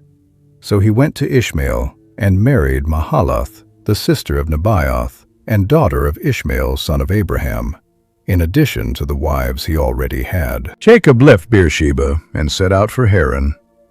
When he reached a certain place, he stopped for the night because the sun had set. Taking one of the stones there, he put it under his head and lay down to sleep. He had a dream in which he saw a stairway resting on the earth, with its top reaching to heaven, and the angels of God were ascending and descending on it. There above it stood the Lord, who said, "I am the Lord, the God of your father Abraham and the God of Isaac. I will give you and your descendants the land on which you are lying. Your descendants will be like the dust of the earth, and you will spread out to the west and to the east, to the north and to the south. All peoples on earth will be blessed through you and your offspring. I am with you and will watch over you wherever you go, and I will bring you back to this land. I will not leave you until I have done what I have promised you." When Jacob awoke from his sleep, he thought, "Surely the Lord is in this place, and I was not aware of it." He was afraid and said, "How awesome is this place! This is none other than the house of God. This is the gate of heaven." Early the next morning, Jacob took the stone he had placed under his head and set it up as a pillar and poured oil on top of it. He called that place Bethel, though the city used to be called Luz. Then Jacob made a vow, saying, "If God will be with me and will watch over me on this journey I am taking, and will give me food to eat and clothes to wear, so that I return safely to my father's household, then the Lord will be my God. This stone that I have set up as a pillar will be God's house, and of all that you give me, I will give you a tenth." Then Jacob continued on his journey and came to the land of the eastern peoples.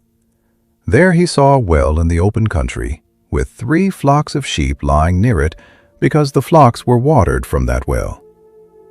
The stone over the mouth of the well was large. When all the flocks were gathered there, the shepherds would roll the stone away from the well's mouth and water the sheep. Then they would return the stone to its place over the mouth of the well. Jacob asked the shepherds, "My brothers, where are you from?" "We are from Haran," they replied. He said to them, "Do you know Laban, Nahor's grandson?" "Yes, we know him," they answered. Then Jacob asked them, "Is he well?" "Yes, he is," they said. "And here comes his daughter Rachel with the sheep."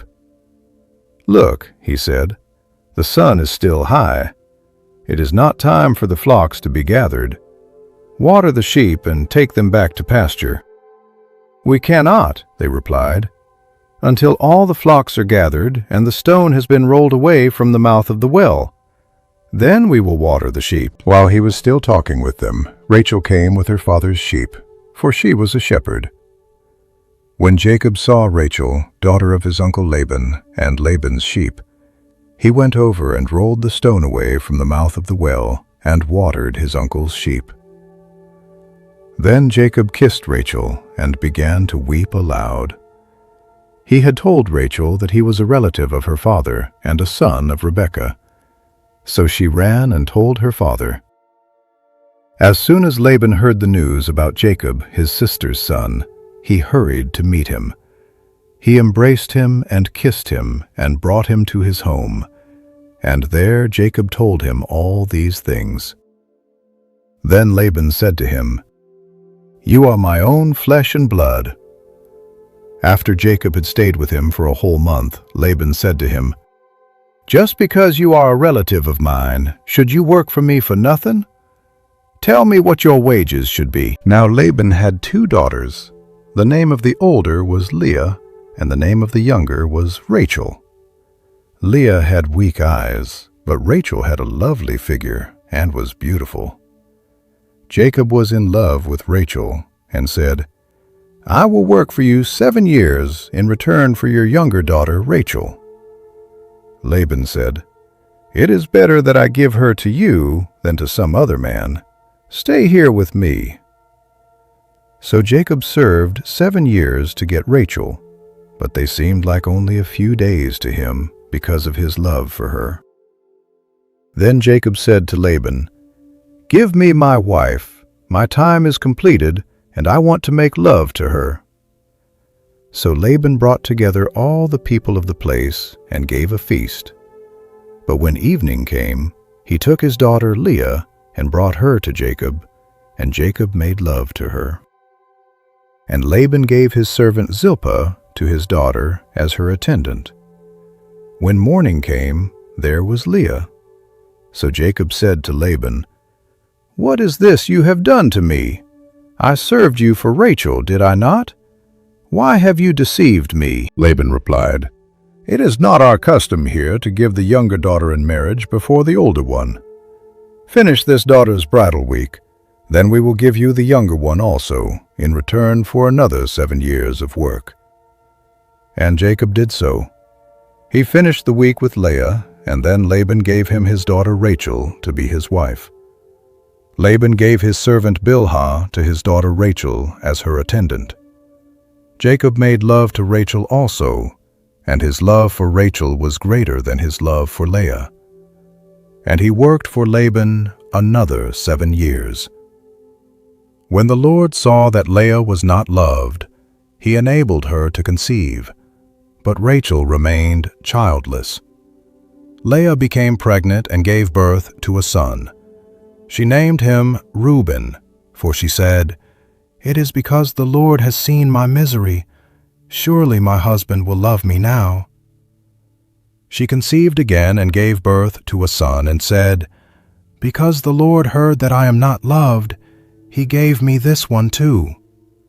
So she named him Simeon. Again she conceived and gave birth to a son and said, "Now at last my husband will become attached to me, because I have borne him 3 sons." So he was named Levi. She conceived again and gave birth to a son and said, "This time I will praise the Lord." So she named him Judah. Then she stopped having children. When Rachel saw that she was not bearing Jacob any children, she became jealous of her sister. So she said to Jacob, "Give me children, or I will die." Jacob became angry with her and said, "Am I in the place of God, who has kept you from having children?" Then she said, "Here is my servant Bilhah. Sleep with her so that she can bear children for me, and I too can build a family through her." So she gave him her servant Bilhah as a wife. Jacob slept with her, and she became pregnant and gave birth to a son. Then Rachel said, "God has vindicated me. He has listened to my plea and given me a son." Because of this, she named him Dan. Rachel's servant Bilhah conceived again and gave birth to a second son. Then Rachel said, "I have had a great struggle with my sister, and I have won." So she named him Naphtali. When Leah saw that she had stopped having children, she took her servant Zilpah and gave her to Jacob as a wife. Leah's servant Zilpah bore Jacob a son. Then Leah said, "What good fortune!" So she named him Gad. Leah's servant Zilpah bore Jacob a second son. Then Leah said, "How happy I am! The women will call me happy." So she named him Asher. During the wheat harvest, Reuben went out into the fields and found some mandrake plants, which he brought to his mother, Leah. Rachel said to Leah, "Please give me some of your son's mandrakes." But she said to her, "Wasn't it enough that you took away my husband? Will you take my son's mandrakes too?" "Very well," Rachel said. "He can sleep with you tonight in return for your son's mandrakes." So when Jacob came in from the fields that evening, Leah went out to meet him. She said, "You must sleep with me. I have hired you with my son's mandrakes." So he slept with her that night. God listened to Leah, and she became pregnant and gave birth to a 5th son. Then Leah said, "God has rewarded me for giving my servant to my husband." So she named him Issachar. Leah conceived again and gave birth to a 6th son. Then Leah said, "God has presented me with a precious gift. This time my husband will treat me with honor, because I have borne him 6 sons." So she named him Zebulun. Some time later, she gave birth to a daughter and named her Dinah. Then God remembered Rachel. He listened to her and enabled her to conceive. She became pregnant and gave birth to a son and said, "God has taken away my disgrace." She named him Joseph, saying, "May the Lord add to me another son." After Rachel gave birth to Joseph, Jacob said to Laban, "Send me on my way so I can go back to my own homeland. Give me my wives and children for whom I have served you, and I will be on my way.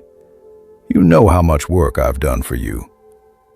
But Laban said to him, "If I have found favor in your eyes, please stay. I have learned by divination that the Lord has blessed me because of you." He added, "Name your wages, and I will pay them." Jacob said to him, "You know how I have worked for you, and how your livestock has fared under my care. The little you had before I came has increased greatly, and the Lord has blessed you wherever I have been. But now, when may I do something for my own household? What shall I give you?" Laban asked. "Don't give me anything," Jacob replied.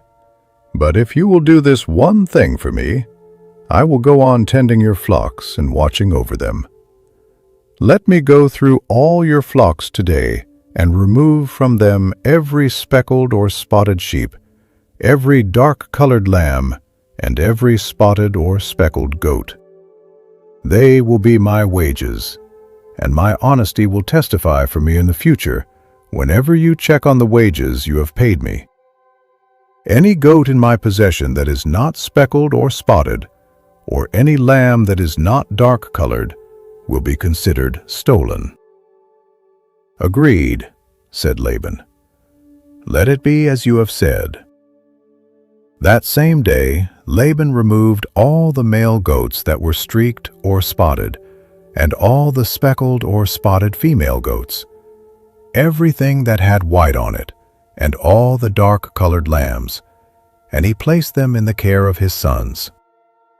Then he put a 3-day journey between himself and Jacob, while Jacob continued to tend the rest of Laban's flocks. Jacob, however, took fresh-cut branches from poplar, almond, and plane trees, and made white stripes on them by peeling the bark and exposing the white inner wood of the branches. Then he placed the peeled branches in all the watering troughs, so that they would be directly in front of the flocks when they came to drink. When the flocks were in heat and came to drink, they mated in front of the branches, and they gave birth to young that were streaked, speckled, or spotted. Jacob set apart the young of the flock by themselves, but made the rest face the streaked and dark-colored animals that belonged to Laban. Thus he made separate flocks for himself, and did not put them with Laban's animals. Whenever the stronger females were in heat, Jacob would place the branches in the troughs in front of the animals, so they would mate near the branches. But if the animals were weak, he would not place them there. So the weak animals went to Laban, and the strong ones to Jacob. In this way the man grew exceedingly prosperous, and came to own large flocks, and male and female servants, and camels and donkeys. Now as the night wraps you in its deepest embrace, and sleep draws near, think about the journey you have traveled tonight. Jacob, the deceiver, became the deceived. He who stole his brother's blessing received a wife he did not choose. He who ran from Esau's anger now runs from Laban's greed. And yet through all of it, God was with him. The stairway in the dream connected heaven and earth, and the angels ascended and descended on it. God did not abandon Jacob because of his failures. God did not give up on him because of his flaws. God stayed. That same God stays with you tonight. The same angels that watched over Jacob in the wilderness watch over you in your sleep. The same promise that followed Abraham to Canaan follows you into your dreams. You are held. You are loved. You are safe. Rest now, beloved listener. Let the story fade into the background of your mind. Let your breathing deepen, and your body surrender to the peace that passes all understanding. The journey continues, but tonight you are home. The night has grown deep and still around you. The world is quiet, and you are safe in the darkness. This is the final part of the journey, the last chapter of the story that has carried you through the night. Let it carry you now into the deepest rest. Jacob heard that Laban's sons were saying, "Jacob has taken everything our father owned and has gained all this wealth from what belonged to our father." And Jacob noticed that Laban's attitude toward him was not what it had been. Then the Lord said to Jacob, "Go back to the land of your fathers and to your relatives, and I will be with you." So Jacob sent word to Rachel and Leah to come out to the fields where his flocks were. He said to them, "I see that your father's attitude toward me is not what it was before, but the God of my father has been with me. You know that I have worked for your father with all my strength, yet your father has cheated me by changing my wages 10 times. However, God has not allowed him to harm me. If he said, 'The speckled ones will be your wages,' then all the flocks gave birth to speckled young. If he said, 'The streaked ones will be your wages,' then all the flocks bore streaked young. So God has taken away your father's livestock and has given them to me. In breeding season, I once had a dream in which I looked up and saw that the male goats mating with the flock were streaked, speckled, or spotted. The angel of God said to me in the dream, 'Jacob.' I answered, 'Here I am.' And he said, 'Look up and see that all the male goats mating with the flock are streaked, speckled, or spotted, for I have seen all that Laban has been doing to you. I am the God of Bethel, where you anointed a pillar and where you made a vow to me. Now leave this land at once and go back to your native land.' Then Rachel and Leah replied, 'Do we still have any share in the inheritance of our father's estate? Does he not regard us as foreigners? Not only has he sold us, but he has used up what was paid for us. Surely all the wealth that God took away from our father belongs to us and our children. So do whatever God has told you.' Then Jacob put his children and his wives on camels, and he drove all his livestock ahead of him, along with all the goods he had accumulated in Padan Aram, to go to his father Isaac in the land of Canaan. When Laban had gone to shear his sheep, Rachel stole her father's household gods. Moreover, Jacob deceived Laban the Aramean by not telling him he was running away.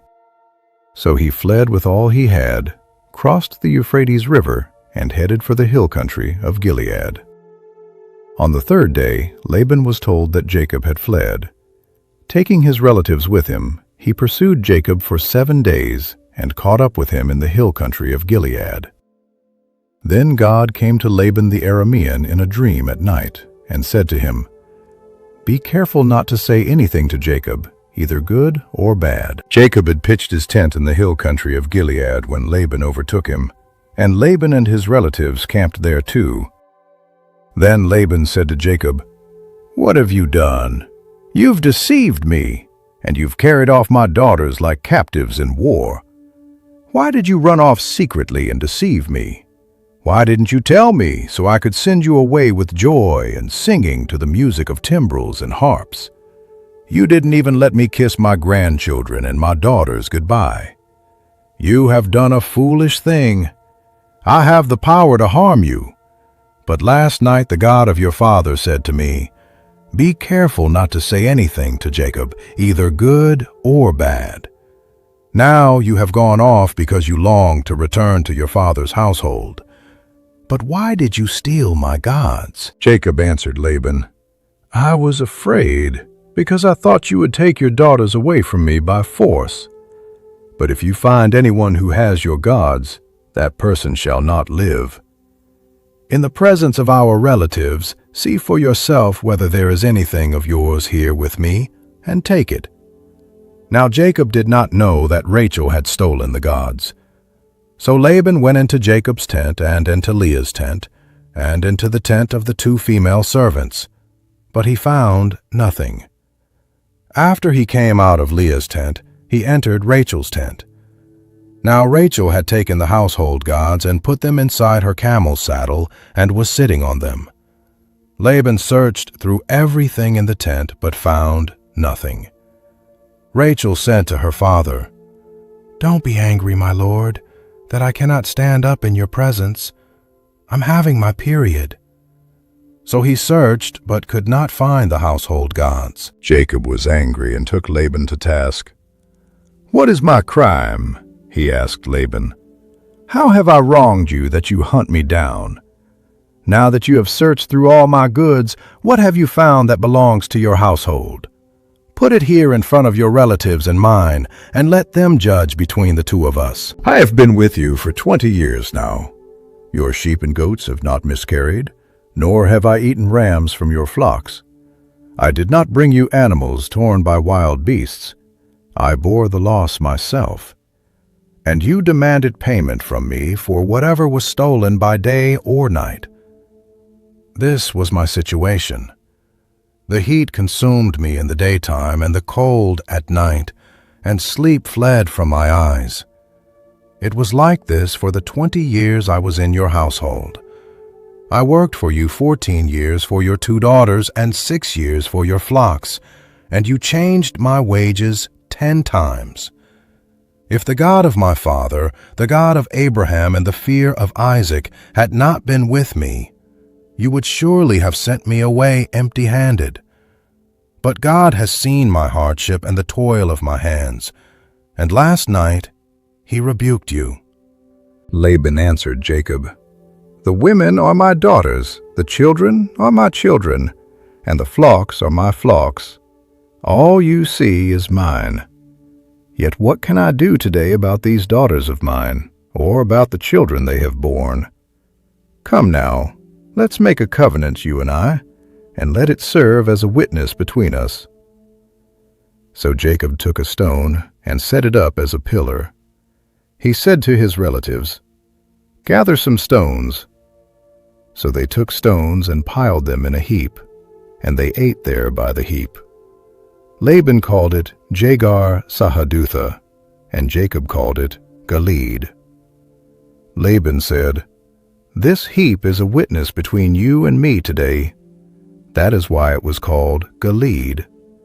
It was also called Mizpah, because he said, "May the Lord keep watch between you and me when we are away from each other. If you mistreat my daughters, or if you take any wives besides my daughters, even though no one is with us, remember that God is a witness between you and me." Laban also said to Jacob, "Here is this heap, and here is this pillar I have set up between you and me. This heap is a witness, and this pillar is a witness, that I will not go past this heap to your side to harm you, and that you will not go past this heap and pillar to my side to harm me. May the God of Abraham and the God of Nahor, the God of their father, judge between us." So Jacob took an oath in the name of the fear of his father Isaac. He offered a sacrifice there in the hill country and invited his relatives to a meal. After they had eaten, they spent the night there. Early the next morning, Laban kissed his grandchildren and his daughters and blessed them. Then he left and returned home. Jacob also went on his way, and the angels of God met him. When Jacob saw them, he said, "This is the camp of God." So he named that place Mahanaim. Jacob sent messengers ahead of him to his brother Esau in the land of Seir, the country of Edom. He instructed them, "This is what you are to say to my lord Esau. Your servant Jacob says, I have been staying with Laban and have remained there till now. I have cattle and donkeys, sheep and goats, male and female servants. Now I am sending this message to my lord, that I may find favor in your eyes." When the messengers returned to Jacob, they said, "We went to your brother Esau, and now he is coming to meet you, and 400 men are with him." In great fear and distress, Jacob divided the people who were with him into 2 groups, and the flocks and herds and camels as well. He thought, "If Esau comes and attacks one group, the group that is left may escape." Then Jacob prayed, "O God of my father Abraham, God of my father Isaac, Lord, you who said to me, 'Go back to your country and your relatives, and I will make you prosper.' I am unworthy of all the kindness and faithfulness you have shown your servant. I had only my staff when I crossed this Jordan, but now I have become 2 camps. Save me, I pray, from the hand of my brother Esau, for I am afraid he will come and attack me, and also the mothers with their children. But you have said, 'I will surely make you prosper, and will make your descendants like the sand of the sea, which cannot be counted.'" He spent the night there, and from what he had with him he selected a gift for his brother Esau: 200 female goats and 20 male goats, 200 ewes and 20 rams, 30 female camels with their young, 40 cows and 10 bulls, and 20 female donkeys and 10 male donkeys. He put them in the care of his servants, each herd by itself, and said to his servants, "Go ahead of me and keep some space between the herds." He instructed the one in the lead, "When my brother Esau meets you and asks, 'Who do you belong to? Where are you going? And who owns all these animals in front of you?' Then you are to say, 'They belong to your servant Jacob. They are a gift sent to my lord Esau, and he is coming behind us." He also instructed the second, the third, and all the others who followed the herds, "You are to say the same thing to Esau when you meet him, and be sure to say, 'Your servant Jacob is coming behind us.'" For he thought, "I will pacify him with these gifts I am sending on ahead. Later, when I see him, perhaps he will receive me." So Jacob's gifts went on ahead of him, but he himself spent the night in the camp. That night Jacob got up and took his 2 wives, his 2 female servants, and his 11 sons, and crossed the ford of the Jabbok. After he had sent them across the stream, he sent over all his possessions. So Jacob was left alone, and a man wrestled with him till daybreak. When the man saw that he could not overpower him, he touched the socket of Jacob's hip, so that his hip was wrenched as he wrestled with the man. Then the man said, "Let me go, for it is daybreak." But Jacob replied, "I will not let you go unless you bless me." The man asked him, "What is your name?" "Jacob," he answered.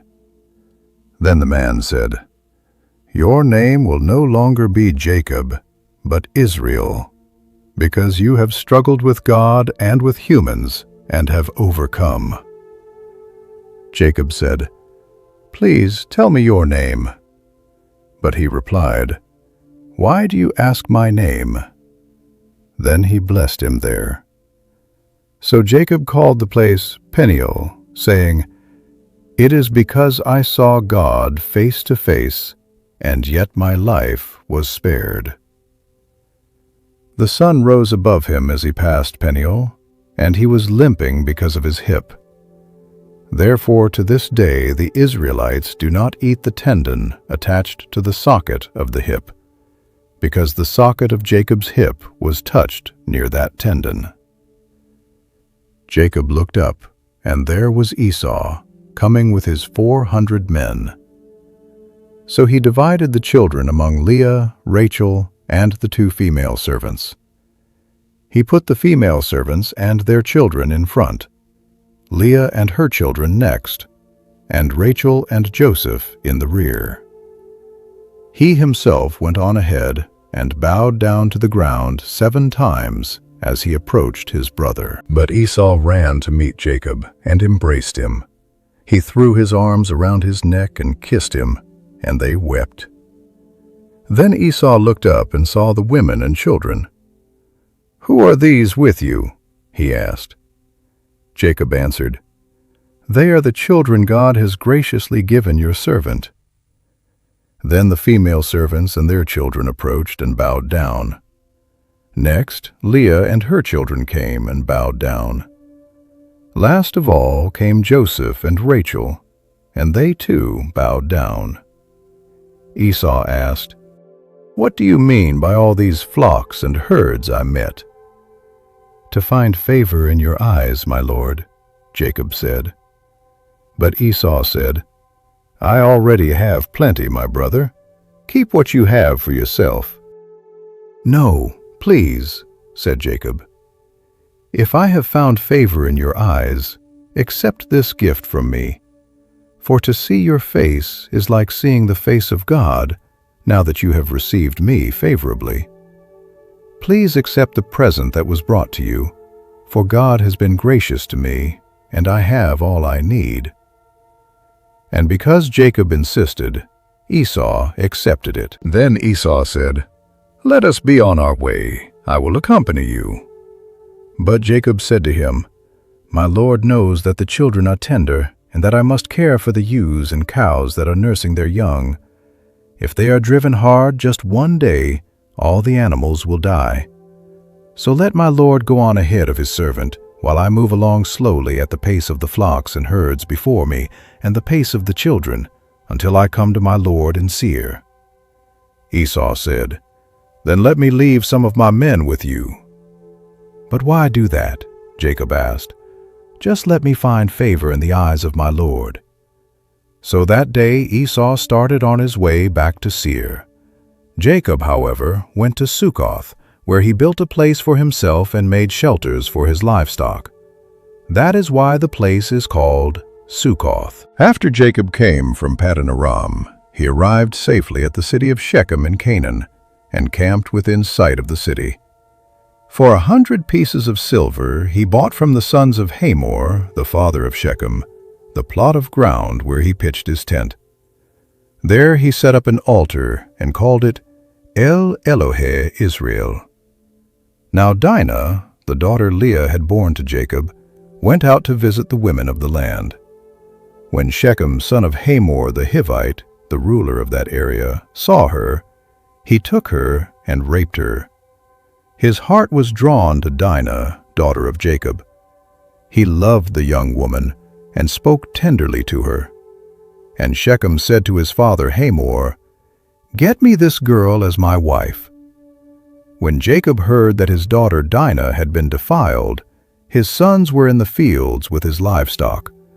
So he did nothing about it until they came home. Then Shechem's father Hamor went out to talk with Jacob. Meanwhile, Jacob's sons had come in from the fields as soon as they heard what had happened. They were shocked and furious because Shechem had done an outrageous thing in Israel by sleeping with Jacob's daughter, a thing that should not be done. But Hamor said to them, "My son Shechem has his heart set on your daughter. Please give her to him as his wife. Intermarry with us. Give us your daughters, and take our daughters for yourselves. You can settle among us. The land is open to you. Live in it, trade in it, and acquire property in it." Then Shechem said to Dinah's father and brothers, "Let me find favor in your eyes, and I will give you whatever you ask. Make the price for the bride and the gift I am to bring as great as you like, and I will pay whatever you ask me.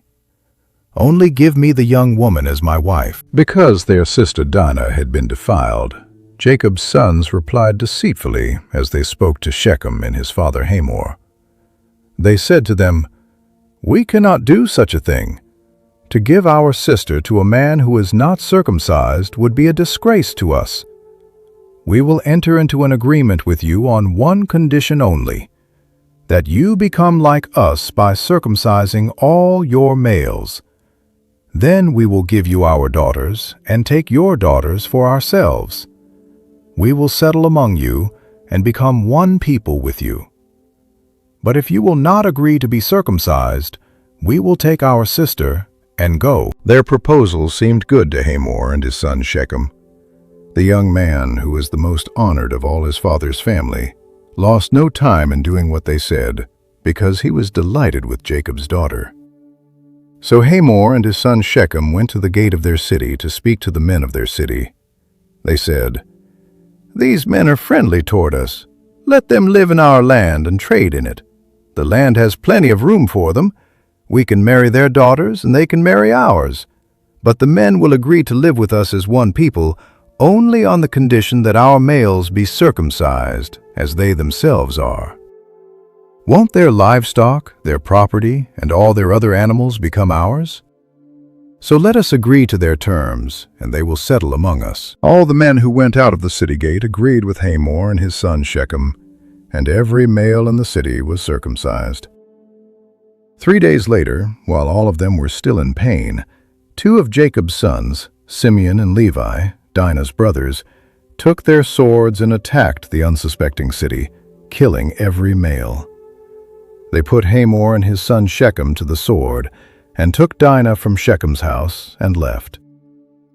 The sons of Jacob came upon the dead bodies and looted the city where their sister had been defiled. They seized their flocks and herds and donkeys and everything else of theirs in the city and out in the fields. They carried off all their wealth and all their women and children, taking as plunder everything in the houses.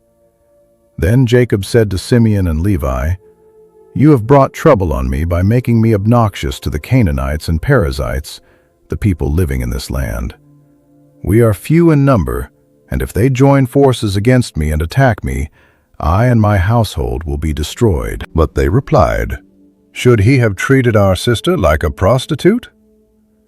Then God said to Jacob, "Go up to Bethel and settle there, and build an altar there to God, who appeared to you when you were fleeing from your brother Esau."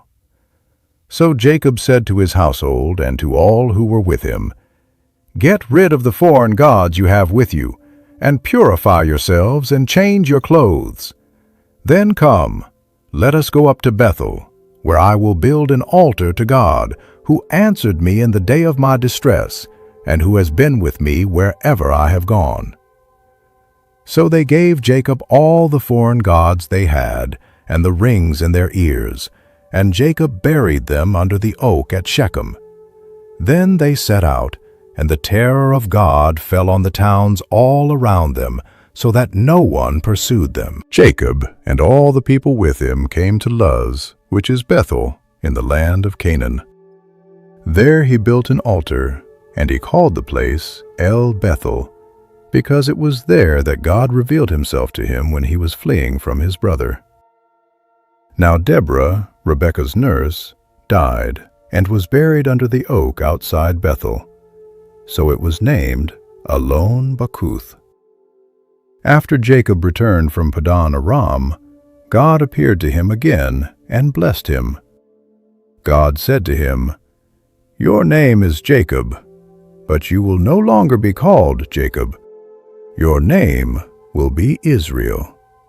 So he named him Israel.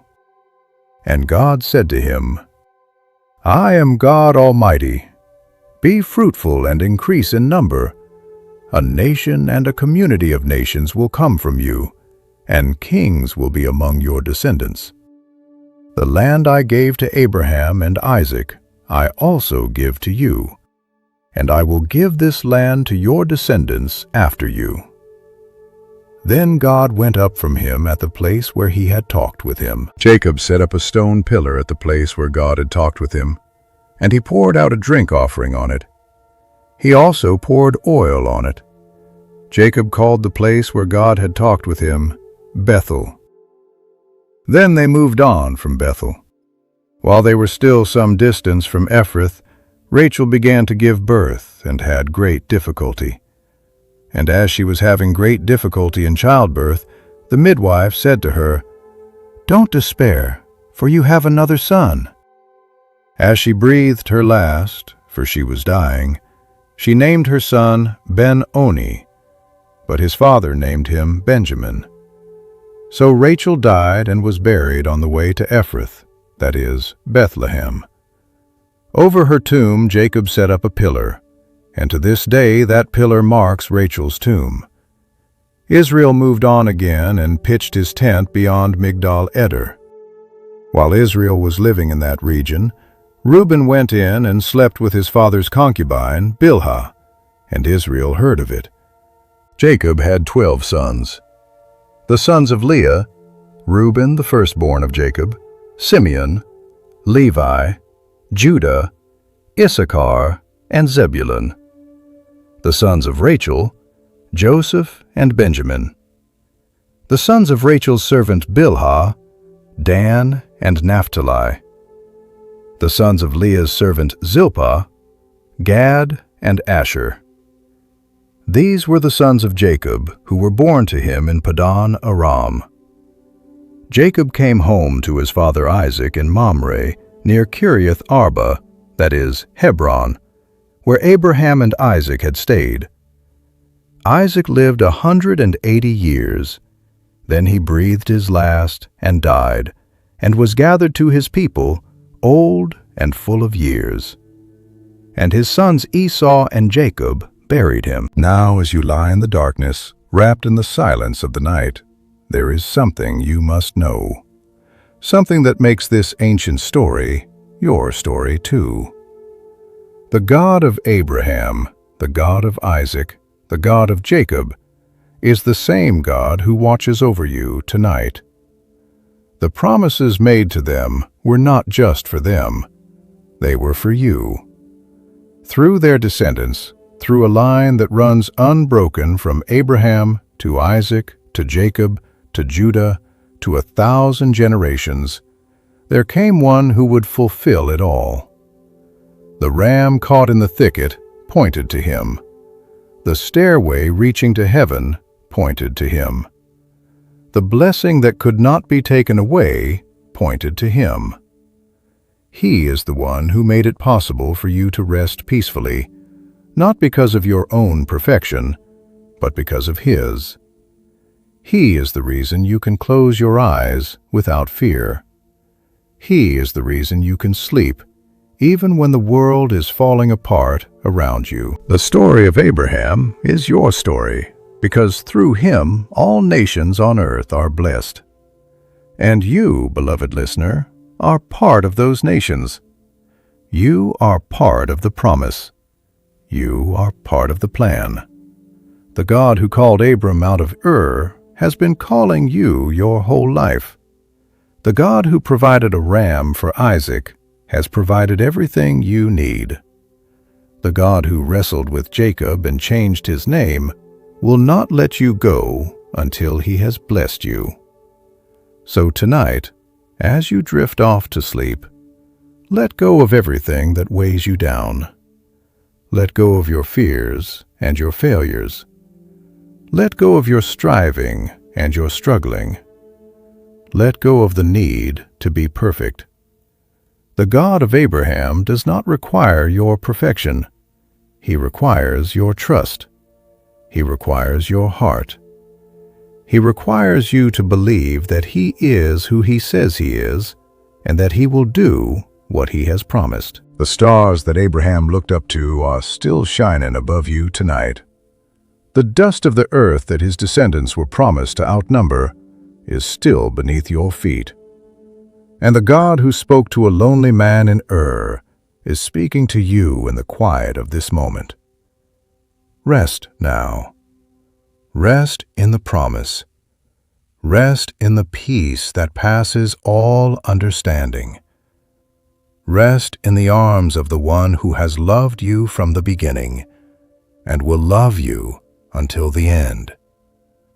The story is complete, but your story continues, and the best is yet to come. Good night, beloved. Sleep well.